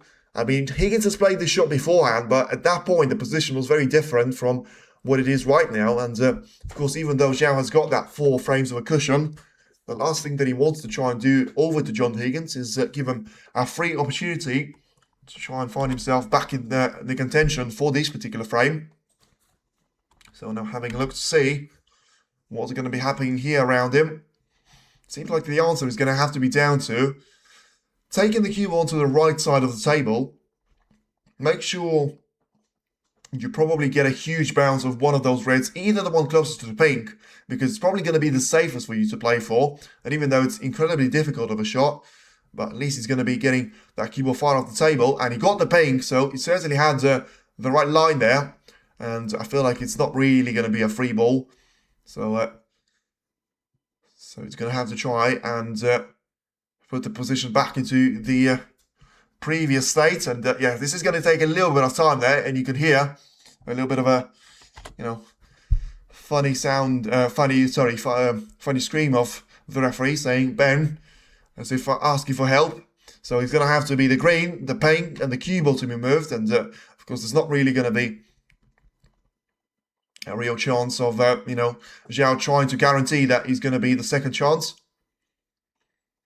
So then the green seems to be sorted out. So the pink now, he's going to be in relation to the red as well. Well, it seems like it's going to be way too close to the straight line of the red, because I thought that Zhao's almost taking that shot with away. And also, you feel like it's now, well, I wouldn't really be happy with the placement of either green, pink, or cue ball, because you can see there's not going to be a way for that cue ball to be heading past the green and the brown, which I get that it doesn't affect the shot of Zhao, but because he's going to be taking this one through a line there. But the fact that you've got, a different position there in the looks clearly means that if you take the same line, it's going to be a very different outcome. And if anything now, it's going to be further away. At least this time around, it's not going to be any one of those colours to be moving around there. Higgins may be mentally suppressed having backed Zhao to win World Championship later. No, it's not going to be down to it.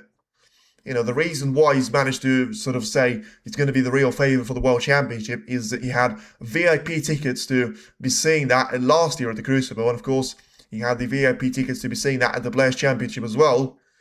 And, losing out in the final appearance against them, World Grand Prix, Players' Championship, all of those certainly been adding up to the total performance of Zhao. But look at that. This is going to be a huge shot there that he hits.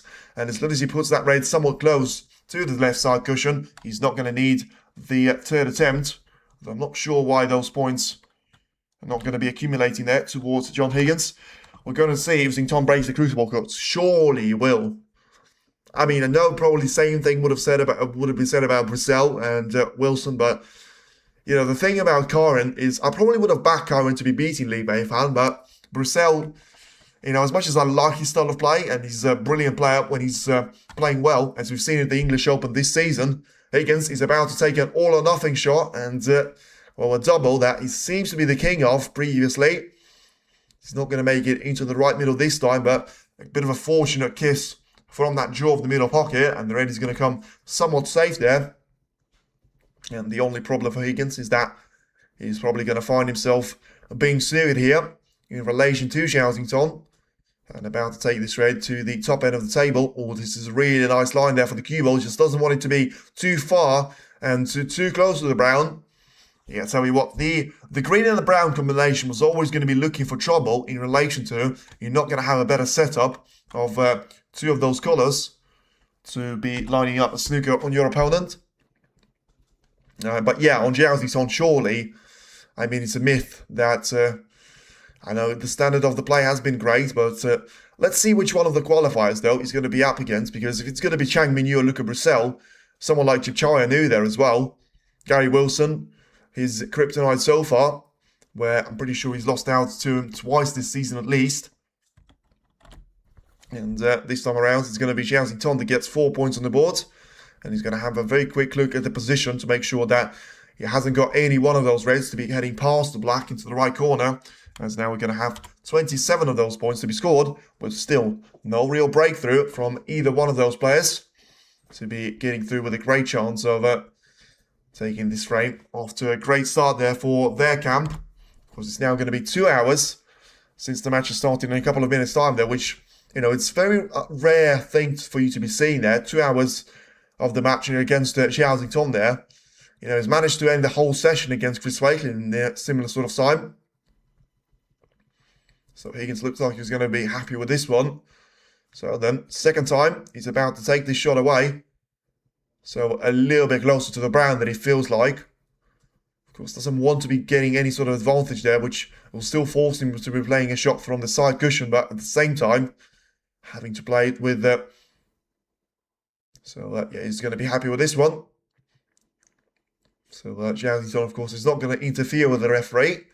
So then off the left side cushion, try and catch that red comfortably full ball and right in the face, because he doesn't want it to be pushed towards the right part of the table, and he hasn't done that, but way too much speed there for that cue ball. And talk about a chance to be given away. This is now going to be the option for Xiao to try and take the play from here, and he's now going to get 8 points worth of foul points that he's had to be given away to John Higgins first, but now he's about to have a couple of those to his own matter, and I mean, surely he's going to be taking the position from here. It's taking a little bit of time though, because the red that he's about to take into the corner will see that cue ball to be positioned in a bit of a bad place in relation to the black, but look at that for a shot. I mean, you don't get any better. It doesn't get any better than this for a positional play. Wow, because that clearly was planned there by Xiao, and what a shot that he's played, having that incredible ability to be taking the red onto another red there for the cue ball, try and bounce it with a huge bounce off the right side cushion and still be lined up perfectly on the black, as if he had a roll through of a shot of a couple of millimeters there. And now he's about to have the full flow of this position to try and feel there. 25 plays 15 here in relation to Xiao based off points. And is he going to be another black to try and take into the right part of the table? He's managed to play that cue ball closer to those reds, position at the left middle or the left corner. So 17 points is a difference, but once again, when it comes to those reds being available, is it not going to be the perfect chance here for Xiao to try and make the first century of the match? Because I know it's a little bit soon to be talking about it, but 83 points at the table after the black, so he's going to be 7 points safe in relation to those, despite, you know, only having 107 points at the point where he started the frame, started the break there, because he's been heading through the reds and blacks for now. But as I say, is he going to be any easier than this to try and get over the line in the frame? He's got the 6 reds, which are all going to be bunched up, but you feel like, if I'm seeing them correctly, you take one of those reds away, it opens up a gap to the other one, the second one is taken away, and the remaining 3 are all going to be possible into the right corner. So it looks like I was a little bit optimistic there, and Xiao is about to take it to the test of getting the reds to be cannoned away there. Take another one into the corner, played the shot with the huge loads of topspin, which actually is not going to be the easiest shot for you to play, but he's played that one superbly well yet again. Crowd is surely now going to be just getting tired of appreciating the greatness, but from the good point of view, because as I say, they want to see a competitive match out of this. But once again, it does seem like the exact carbon copy of the match in between Neil Robertson and Jump, because, you know, you see a couple of those frames where Higgins and Robertson are going to be putting up a fight, and then you're going to see frames like this where, you know, Xington and Judd are just going to be running away with it. So then a couple more shots to be taken in this frame, away from John Higgins' nose once again. Plays a great shot here into the right middle, drills that one into the corner, and still gets himself positioned perfectly for the black, especially with having that red to be played for in mind, because if he was straight on this red, if he was straight on the black, that would have created a potential problem there in a couple of shots time, and in the end, it's going to create a frame ball in a couple of shots time, because this red will put in 50 points clear, and now the pink are bound to be taken into the right middle. Once again, look at the way that he's managed to handle the position really nicely, making sure that pink wasn't going to be touched before all those reds from the pink spot were going to be removed. And now about to take that frame ball away, John Higgins finds himself 5-0 down. Things that you rarely see myself being saying there, because once again, I mean, he was dominated slightly in the Masters first part because, sorry, not in the Masters, in the Players' Championship by Trump, because he had a 4-1 over lead, something like that, jump at that stage. But this is now certainly going to be a whole of a different story. And yeah, Xiao needs to be getting some good points on the board if he wants to try and make it a century break. For now, he's got a break of 81 as his highest one that he's had to be made so far in the match. So then 68 after the pink. So that means he can afford to lose 3 more points. So he needs to be taking the last red with the brown, which is going to be possible. And then he's going to be looking for 100 points exactly. And look at that for a shot. It makes it look so easy there, by the way that he's carrying that cue ball off 3 cushions and positioned perfectly for the red, which was nowhere near the lineup for the, what's it called? The red there, right next to the ball cushion. Now he's about to play for the blue. Clearly feels like that's going to be the best possible way for him to try and be lined up for the yellow. And he's probably going to be willing to take this one along the side cushion. Although play this one a bit too close to the side there. Needs to open up the angle, inevitably there, to try and get the yellow in. Impressive, super impressive there, but he's going to be even more impressive if the yellow is going to drop, and will it? No, he won't. Unfortunately, that was probably the last shot where he could have gone wrong there for Xiao. So it's not going to be a century break, but I tell you what it's certainly going to be. It's going to be a 5-0 of a gap in favour of Xiao.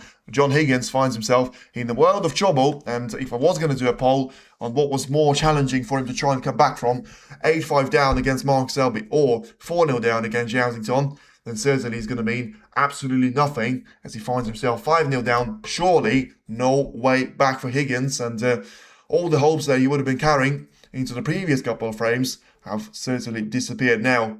1.3 for Xiao to be the winner, 15.0 for John Higgins to be doing the same thing and through to the final. Somehow this is certainly going to be,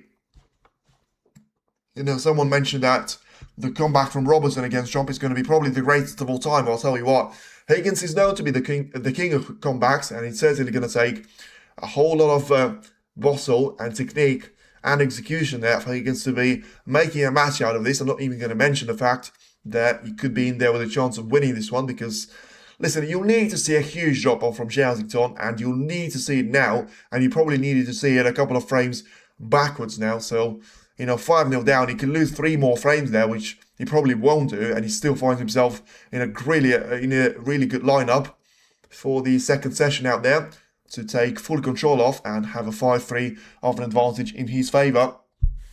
And yes, certainly impressive there, Letitia, but is he going to be able to make it another 6-0 of the advantage? We've seen that with Robertson against Trump. And by the way, we're only 10 subscribers away from 8,000, so feel free to jump on this train of the channel. And we are going to be on the race to 10,000 at the end of the Crucible, if the support is going to be there. But so far, thank you for everyone tuning into the stream. And feel free to like on the stream and subscribe to the channel. We are going to have the second session, whether it's going to mean anything or not. But, when Xiao is at the action, John Higgins is at the action, you have to make sure you don't miss that one, because, it's a battle of generations. Xiao, by the way, something that I forgot to post. He turned 29 yesterday, and he certainly managed to get himself a day off, and certainly doesn't look like he was partying too hard, because now finds himself for a really good line there of being in the final once again, being 29 years of age. 29 years ago, John Higgins would have been probably playing professionally there, whereas Xiao wasn't even born at that stage.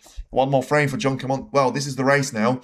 It's a race to 5 for Xiao, and it's a race to 1 for John Higgins for now. And let's see if we are going to witness the same bit of reaction there from Robertson, which, to be fair, with all the discussion from my point, where I was saying Robertson was overreacting, to be fair, he did sort of say that he was playing nowhere near, and, he was down to Trump to have a really good performance against him. So he needs to try and fix the safety again, but I'll be honest with you, whether it's me getting that one completely wrong, I genuinely thought, and I stick by it from my point, the safety of Robertson yesterday was one of his best aspects of the game. I couldn't believe that I was seeing that. Maybe it was a little bit of a joke, but I felt like he was trying to make a serious point at that point. How on earth can you say that your safety was the one that cost you the match win, where your pawn success has been dreadful, the positional play, the short selections, the long reds, have been absolutely way below average, and Xiao is about to go for another red here to the left corner. He's probably going to leave the same one to be potentially available here for Higgins. But once again, those break-off from Zhao seem like they are leaving himself in a position where you've got 14 of those reds all to be lined up right next to each other. And Zhao may have to try and take the aggressive approach here, try and separate the reds to be heading far away from each other whilst keeping that control of the cue ball and leaving that one to be perfectly lined up for the black ball cushion. Seems like it played this one pretty well. And gives the turn back to Zhao, which probably won't have the red available into the yellow pocket now to be taken. It does have the one into the right middle here.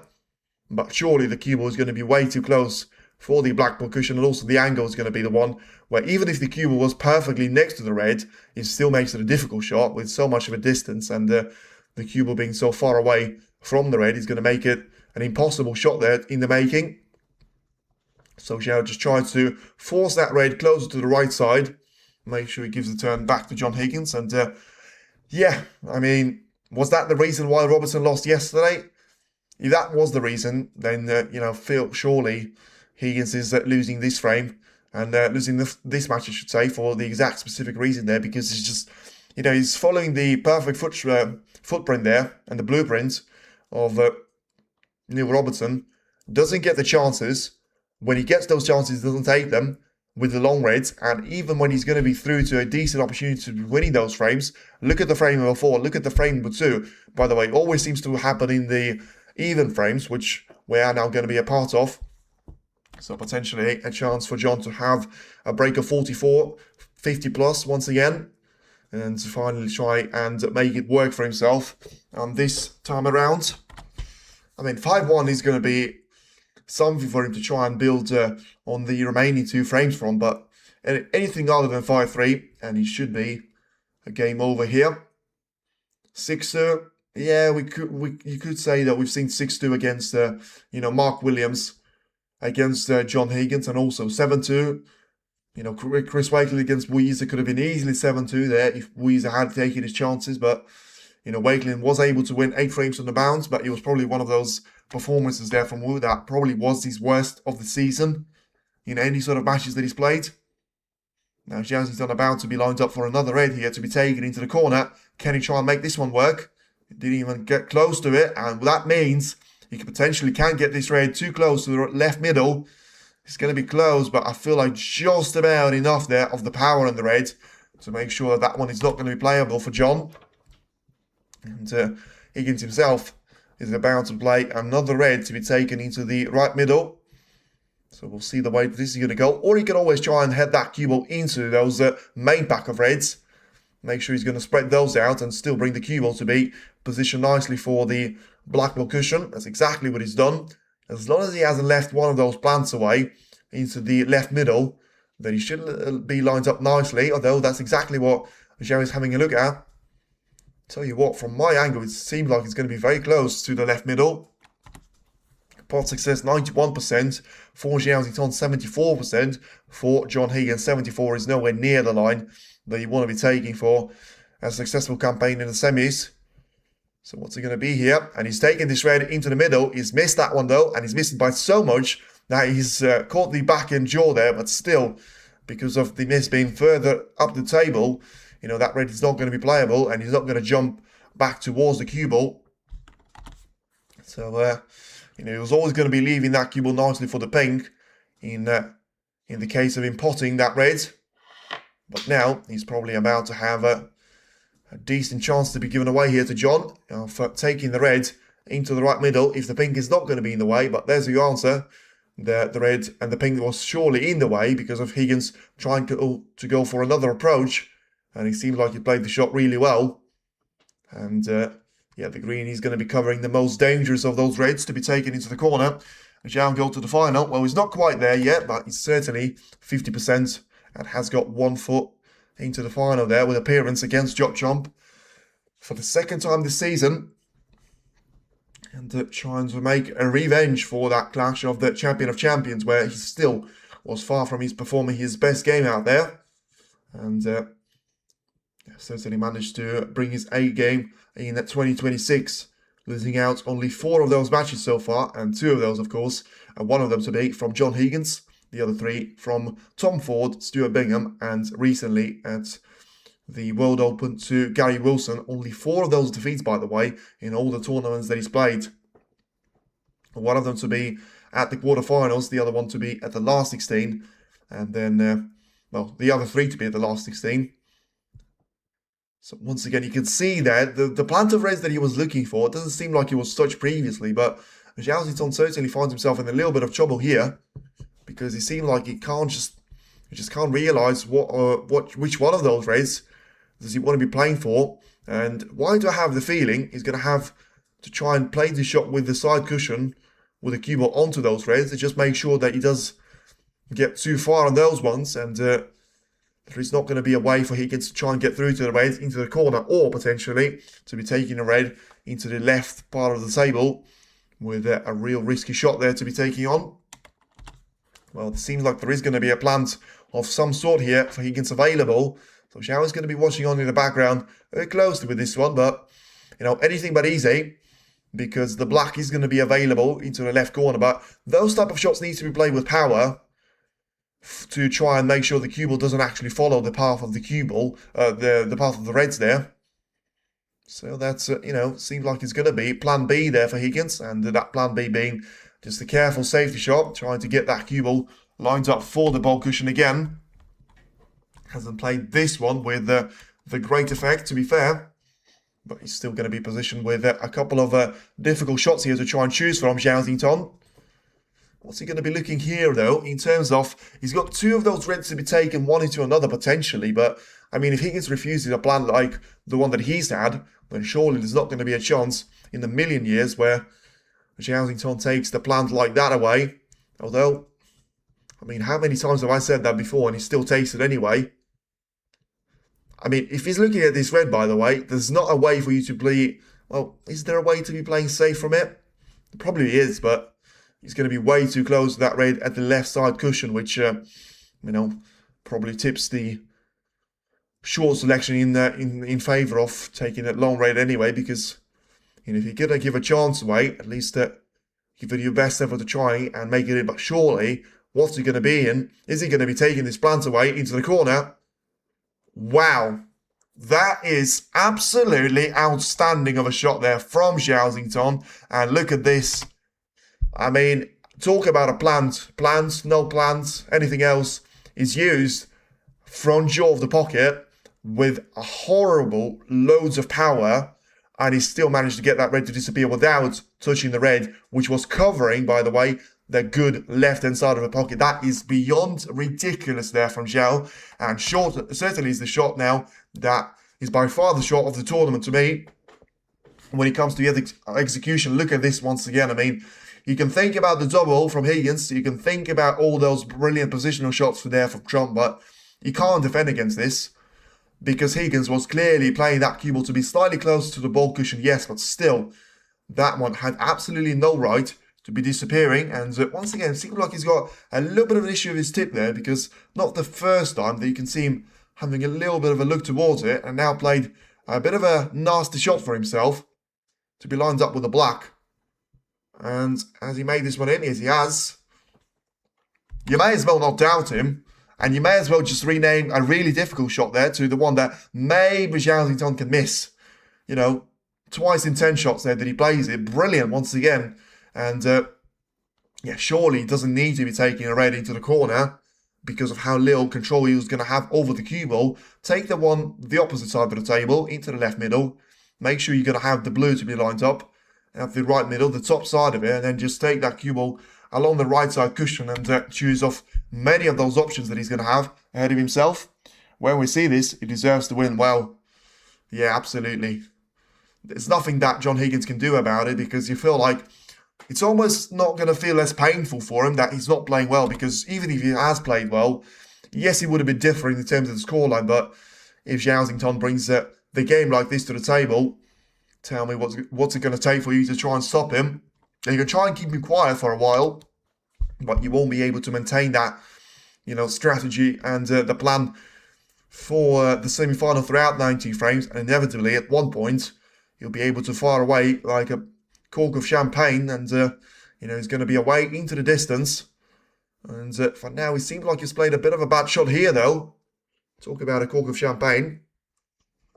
Wow, I mean, he still has got a couple of options there, by the way, but it's a little bit of a weird mistake for you to be making, because it seems like you've played a bit of a, thin cut onto that red. And, Letitia, welcome to the Apex fan club. Thank you very much for joining in there. Appreciate the support. And, massive appreciation there. Welcome to the members club. So what's he going to be here? Because he's got two options to be taking those reds into the middle. I would expect him to make both of them, but when he comes to the positional play, he's probably going to have more of a chance in taking that cue ball to be played for the brown. He's played this one superbly well, and now about to be lined up for the brown to be taken here. Or the yellow, probably not the green. You could even try and go for the blue here. He's decided to go for the yellow, just taking that cue ball carefully down the lower end of the table here. And it works this time. There you go. Finally, it certainly worked out for you. But finally now, Zhao should be able to get himself lined up for the black ball spot and play those shots around it. Although may have to use the paint for just one more time and get himself lined up for a shot into the right middle. Make the paint to go back into its own spot, and then he's going to have a really good chance of trying to take those shots away while still having so many of those reds to be taken here. 35 points clear.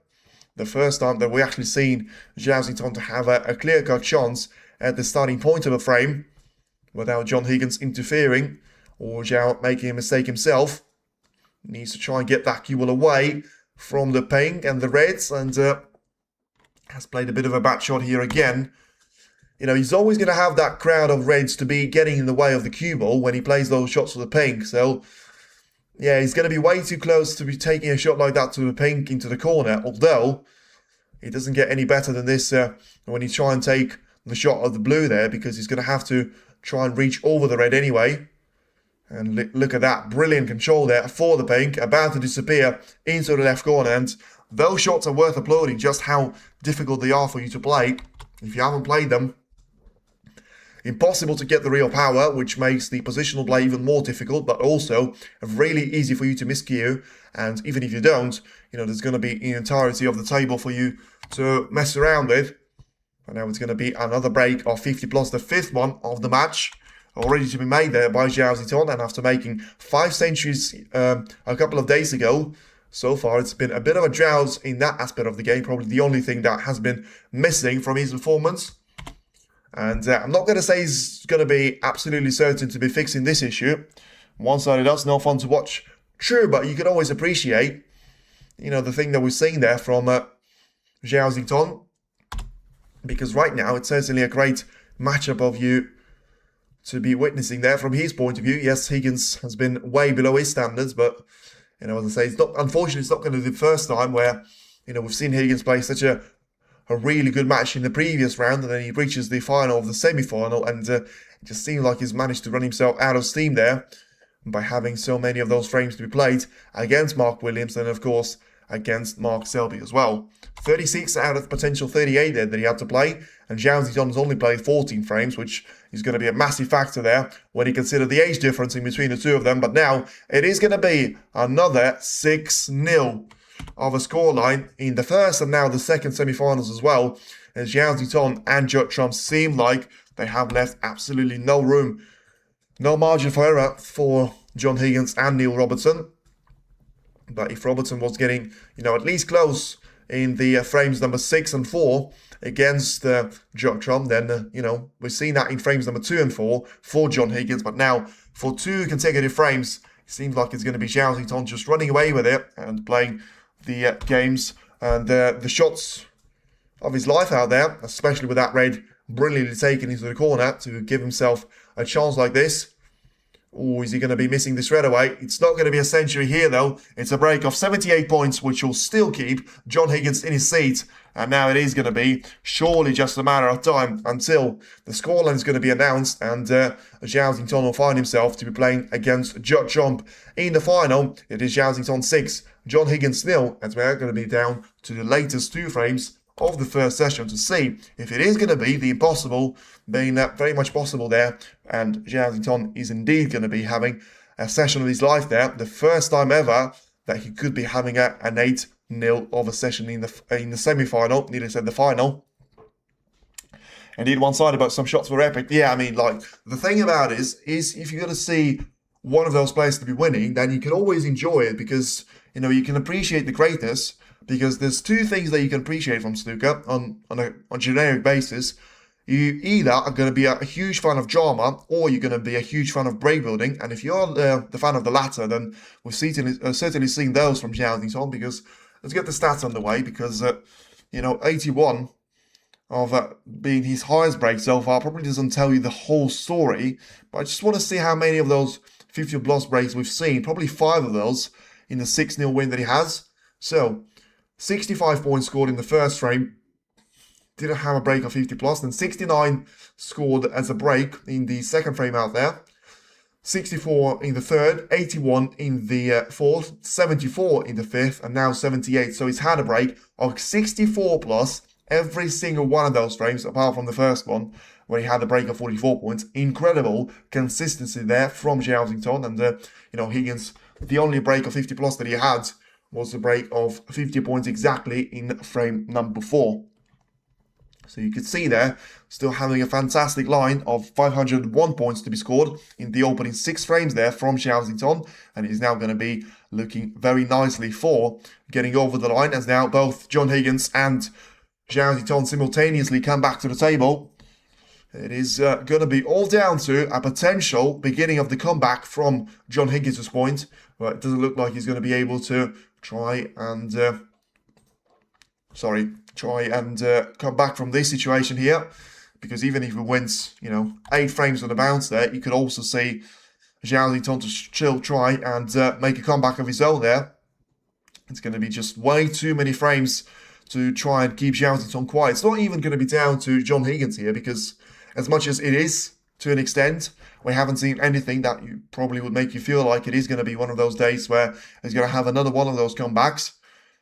And it's also going to be down to the factor of, even if you are going to see the brilliance of John Higgins, it's probably going to be too late, and it's probably going to be a couple of frames too late, because even at 4-0 down, it would have been a hell of a comeback for him to try and plan there, but at least you could feel something may be possible. The best that he can manage now is going to be 6-2, and I'll tell you what, he'll do really well to be having a 6-2 of a comeback. But also, even if the 6-2 of a scoreline is going to be the reality, then, what's he going to be able to do with it in the second session? Because it's going to be a brand new dawn there for Xiao. But, 29.0 are the odds for Higgins to be the winner. And he's certainly going to be a little bit better with a shot like that, as he takes the red with a little bit of a helping hand. And he's going to be lined up just about on the yellow or brown, although probably going to be the wrong side of a brown. You can see that clearly wasn't a planned shot there from Higgins. Taking the red towards the left corner, but manages to fluke one of those in with getting a little bit of a brush of the main back of the reds. It's going to be a really nice chance for him, though, to be getting that cue ball down the table and make the thing out of this frame. So then taking the yellow nicely into the middle, but in the end catches the backhand jaw. It was close, but in the end it wasn't close enough. And once again, the thing that we have seen so many times recently, because the first session was almost down to Xiao being such a good front runner and taking those long reds to be getting those chances in there. Right now, it's going to be all down to those mistakes from John Higgins, and another one to be appearing on the yellow, which leaves Xiao to be lined up for the black. And, he's going to be on the quest of centuries here, because it's going to be the only thing that he hasn't managed to achieve apart from a 147. That's going to be out of the picture for this frame, with Higgins eliminating one of those reds already. And about to just have a clear-cut line of 3 reds to be taken. He's about to take the second black away now, with a really quick fire of a performance now from Xiao once again. Don't think he's had ever been whitewashed in the best of 19 frames, maybe in shorter format of best of 7 or 9. Well, we certainly would have been whitewashed in the best of 7 or 9, because, everyone would have been. It's you don't understand how easy it is for you to be whitewashing the race to 4, even race to 5 there, but at the same time, it could be a very different story when it comes to being whitewashed in the first to 10 of a battle. I'll search it up there, because we don't have to worry about that one just yet. You can't be whitewashed until the second session in the evening. And, once again, Is he going to be through to this raid? Because if Xiao can see this raid at the left corner, it is going to be game over before the frame starts once again there for Higgins. And he's going to be looking at the scoreline of 7 frames to 0. Very much to be the opportunity. And, well, doesn't want to be on the lower side of a blue. I mean, being straight actually doesn't work out too badly for him, especially if he's going to have a minimal angle to try and force that cue ball to be heading slightly up the table, because, you know, getting behind a red and try and take it into the left middle is going to be a chance here. He decided not to be taking any risks though, and make sure he keeps that cue ball to be played with as little power as he can. And now he's going to be on a break of 30 points about to be taken. So carefully takes the red into the left corner with, you can see, John Higgins watching closely in the background. But once again, if he's going to be waiting for a mistake, he's going to have to try and wait for a little bit longer out there. So 31 plays 1 here, with Zhao still being the one at the table. About to have a black to disappear and get himself lined up with 38 points of the advantage. 99 points to the table as it stands. So just carefully take this one towards the right corner. Make sure he's going to have a straight line of a shot on the black, because that will allow him, well, not perfectly straight, but he needs to be making sure he plays this shot with topspin. Try and get past the red and get himself lined up with either right corner or left side of the table to be played with. And once again, 2 cushion escape. Well, seems like he's... Wow, he played that one horribly wrong. I don't know what happened there. It's difficult to tell whether he was planning to get around that red or he misjudged the power. It probably was misjudging the power and played that shot with too much of the action there. Very few of those mistakes that we've seen so far in the match. But this one is about to be corrected with the red taken into the left corner and still getting himself to be just about lined up for the blue. But what can he try and achieve from here then? Because he's going to be down to taking 46 points of the advantage here. 52 after the blue, but ultimately, you know, the way that it's going to be difficult for him to try and position for the red at the green pocket there, it's probably going to be the only red that he's got available. He's trying to get in behind of it, and he's played the shot superbly well. Once again, that blue was far from being a gimme, and still for him to be so close to the red, still be lined up on the wrong side of a blue potentially, if this shot is to go in. And now lines up for the red to be taken here into the left part of the table. Play this shot carefully with the cue ball. It's going to be close to the front jaw, but he's managed to take the shot away, and he's just about, you know, going to be fine to be taking a really thin cut to the blue. So attention all pockets there in terms of those reds, and also make sure you get the blue in. I feel like the cue ball is maybe going too close towards the left corner, and I call that, and unfortunately the cue ball will drop in. Will it? It's going to be close. Well, just about stays out there. Zhao seemed like he was going to be confident that red stays out. Not too sure, haven't quite seen what was the funny thing there, but probably Higgins there just saying that he may as well throw the towel in.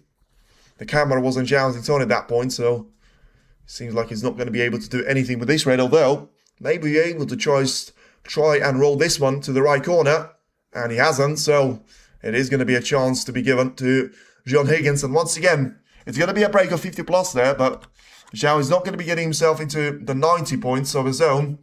You know, he's had the chance to do that on numerous occasions, but this time around, it is going to be Higgins that, well, finds himself with only a safety shot to play anyway, because, of course, Xiao would have been playing for the black, and the red that he's missed has gone onto the black ball cushion. Something that we haven't seen in a long time are going to be those long reds to be taken here for Xiao.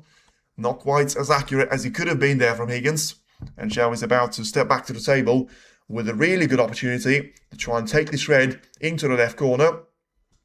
Make sure it's going to be the shot which will lead him nicely to the top end of the table in terms of the cue ball. Now he's played that on a huge amount of power, and the cue ball is going to be getting a perfect kiss of the red.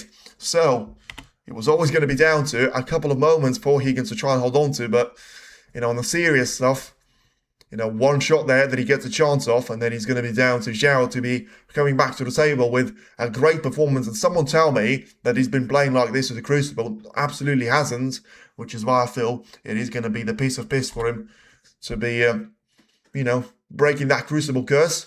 The records are there to be beaten, And certainly he's going to be one of those stats for you to try and break away from, because something that he's managed to improve on, that performance against Watchalong versus Neil Robertson, it is now going to be 7-0. And it's not, well, it's not dreamland for Xiao. It is very much the reality.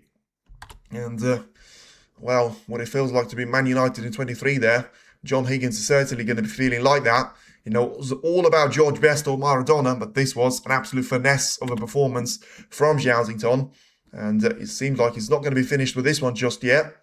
About to play the shot into those reds. Of course, he's not going to be able to make a century break out of the position, but still, he's going to have a great chance of making another break of 50 plus. And look at the points that he's able to score. Still keeping it pretty much 80 points per frame there.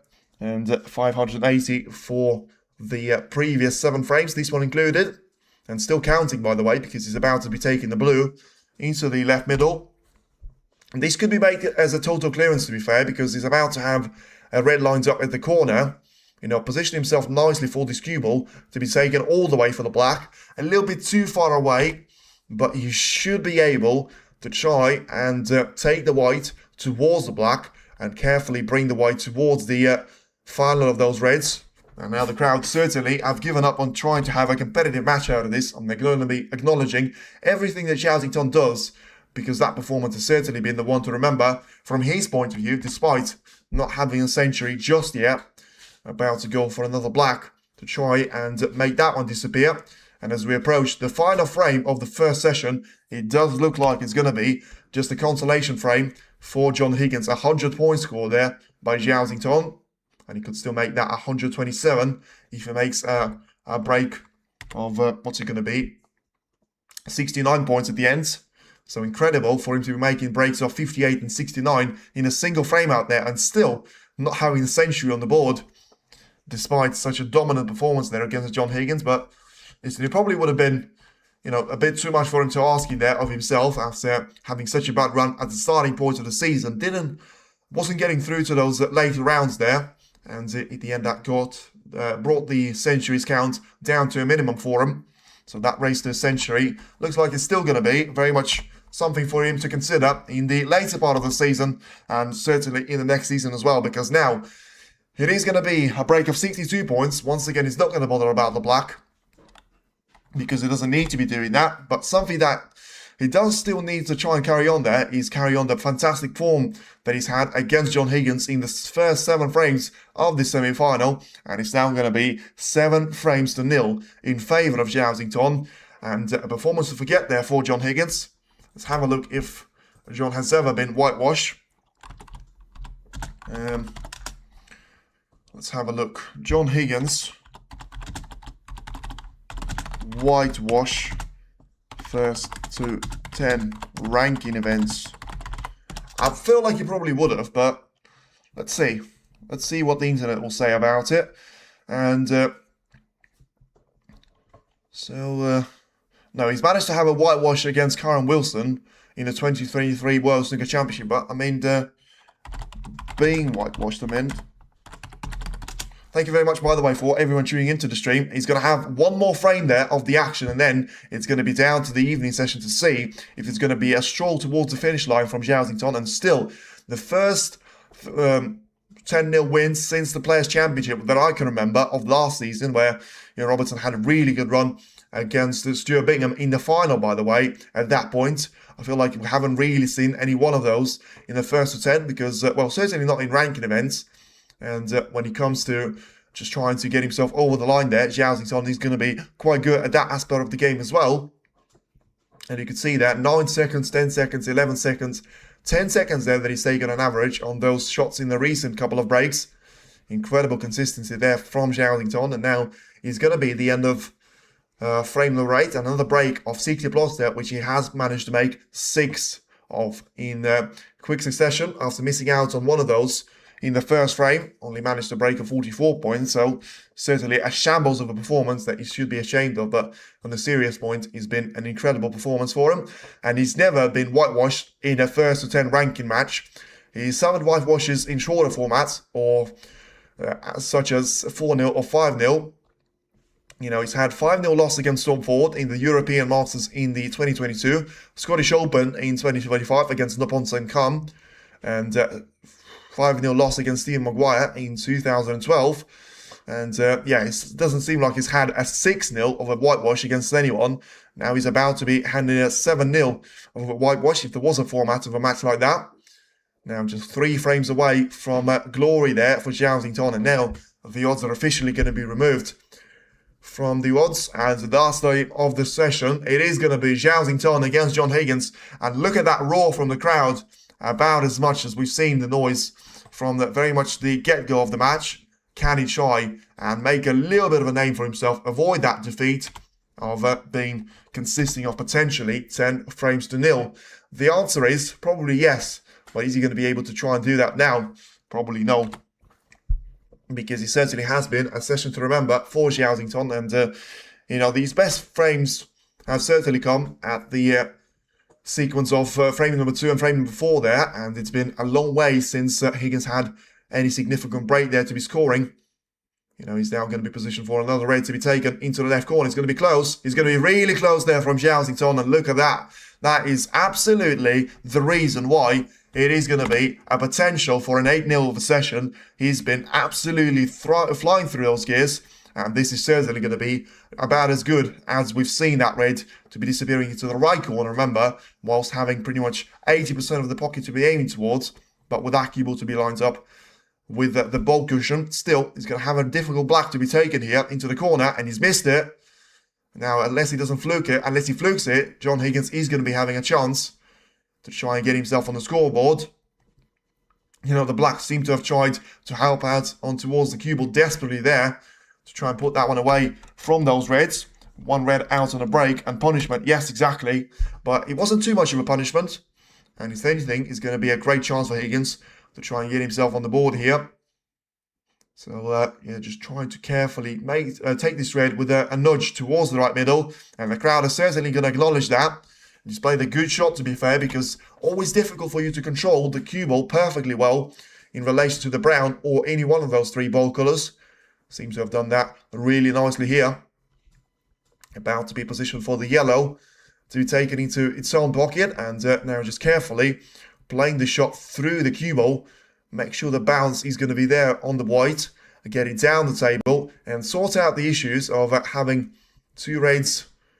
And yeah, seems like he's not going to be happy with the positioning on the red. So probably didn't want to be having to play the red with being the wrong side of it into the right middle. But same thing is going to be relevant for the red about to be taken into the right corner here. So out of nothing there, the shot for the yellow, which seemed like it was going to be straightforward, has got a little bit of a problem here. Not now for Higgins, but in the next shot potentially. Because how is he going to be able to get himself lined up for the black, or the pink, or the blue? The answer is by playing 3 cushions of a shot, and he seems to have played this one absolutely spot on.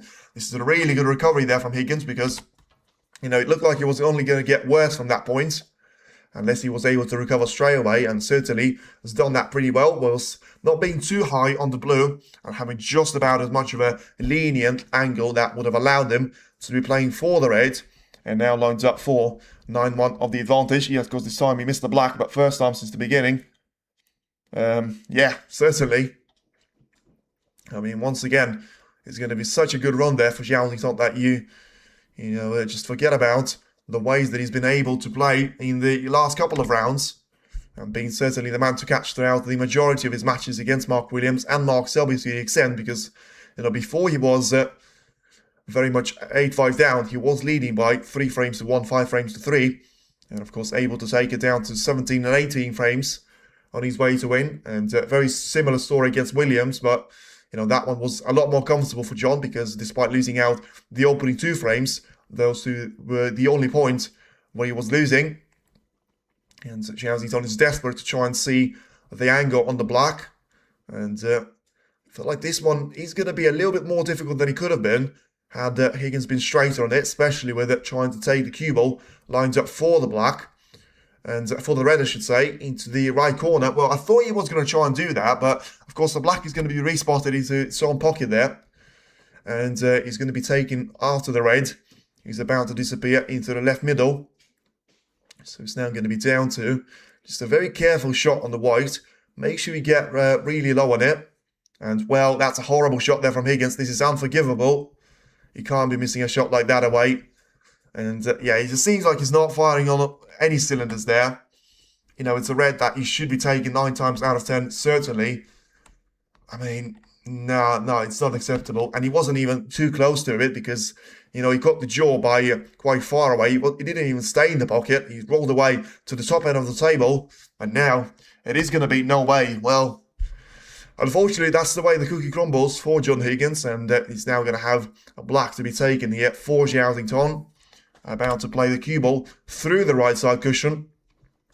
And, yeah, 8 points to be given away in terms of the deficit in between the two players. But once again, I mean, Zhao is not going to have an issue like that, probably, unless he's very unlikely to have an issue like that. And he's about to sort out the issue of the pink and the blue to be right next to each other, to find himself only 1 point behind of John Higgins. So then 16 plays 17, and he's still going to have numerous reds available. Of course, he's going to help the fact of, you know, Higgins taking a couple of those away, 3 to be precise. And Xiao about to take the third one here, which adds it down to 7, with the previous point to be scored there by Xiao as well.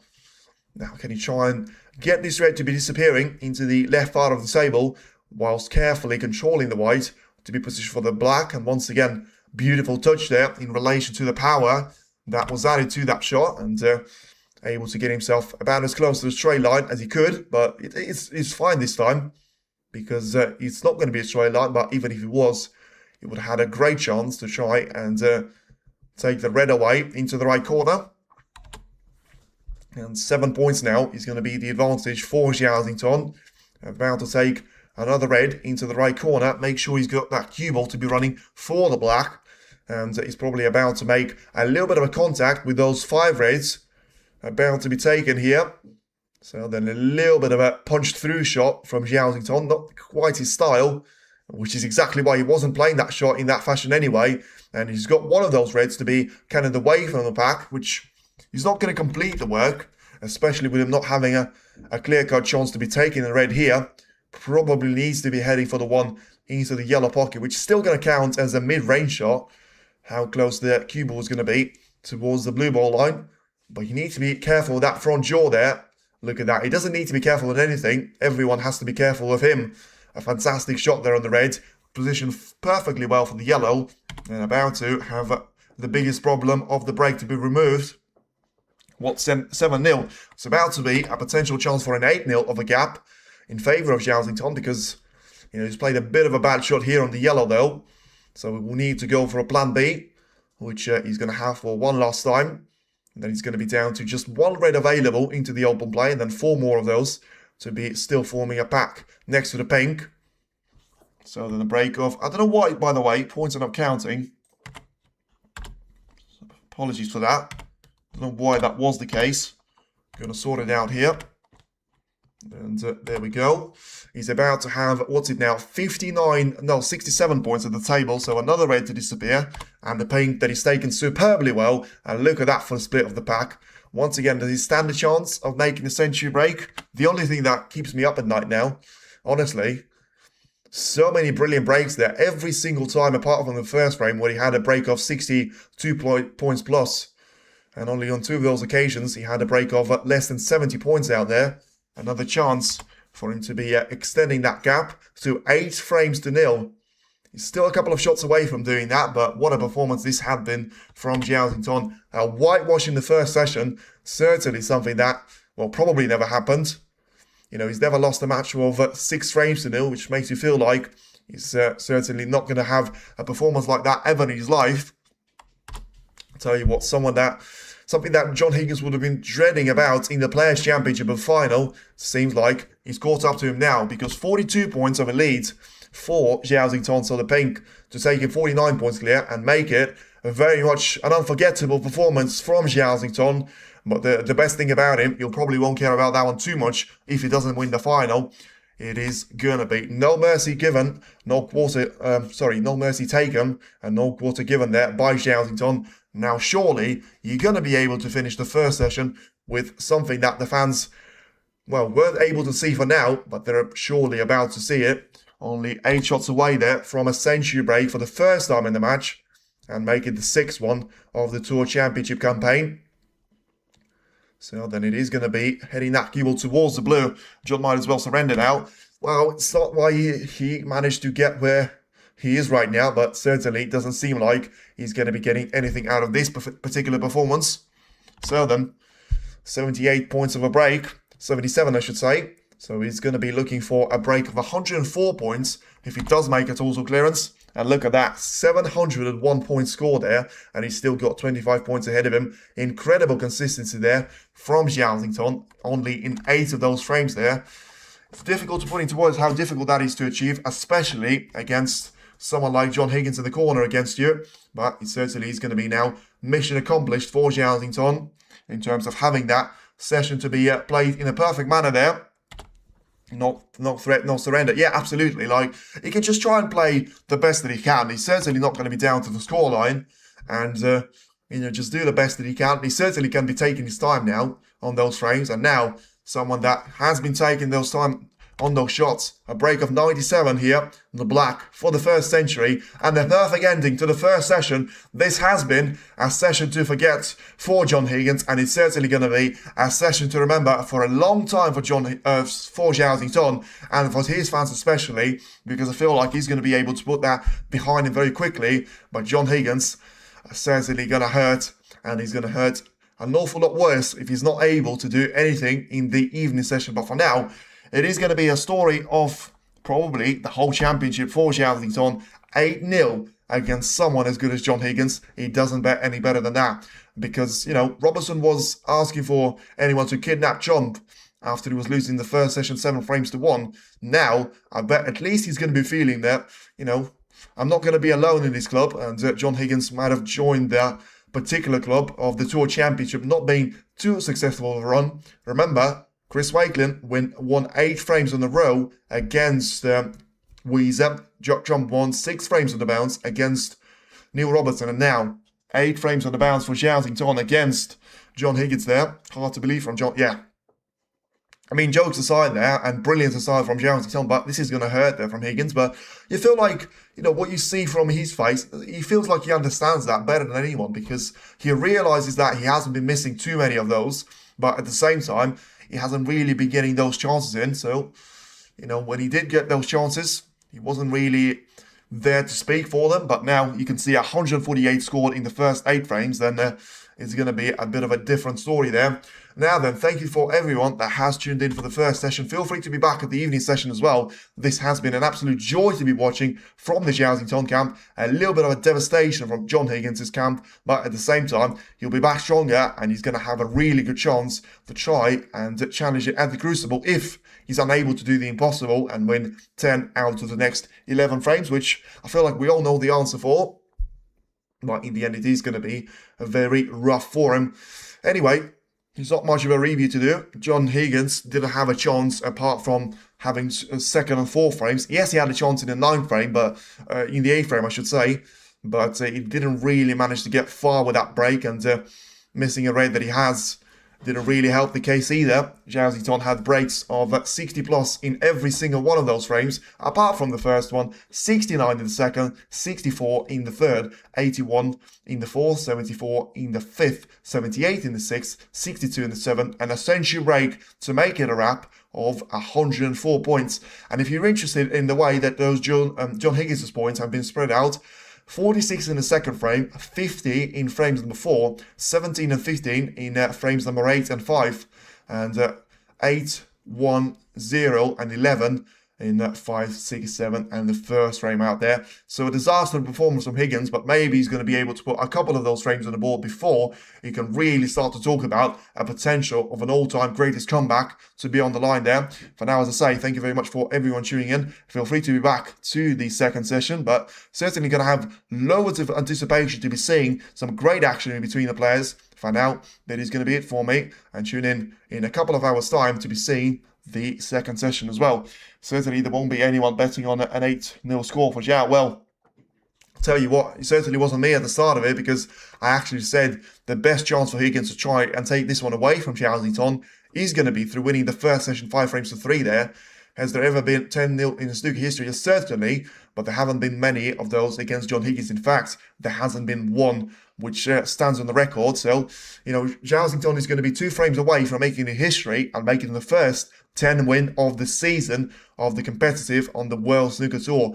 John Higgins is going to have a word or two to say about that, though, as we approach the second session to kickstart in just over 3 hours' time. Once again, a huge thank you for everyone tuned in. Feel free to like on the stream and subscribe to the channel. Stay tuned in for the second session. Let's see what the story is going to be and what performance Zhao and John Higgins will bring out of themselves at the second session. Thanks for watching and see you all soon.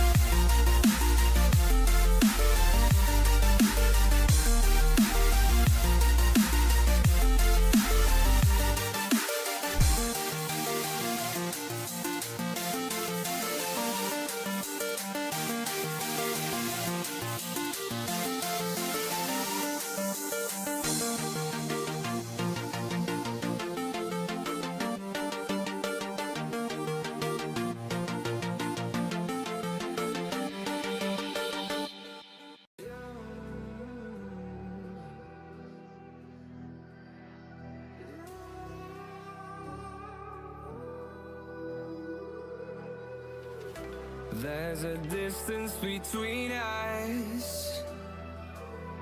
It's getting hard to reach out.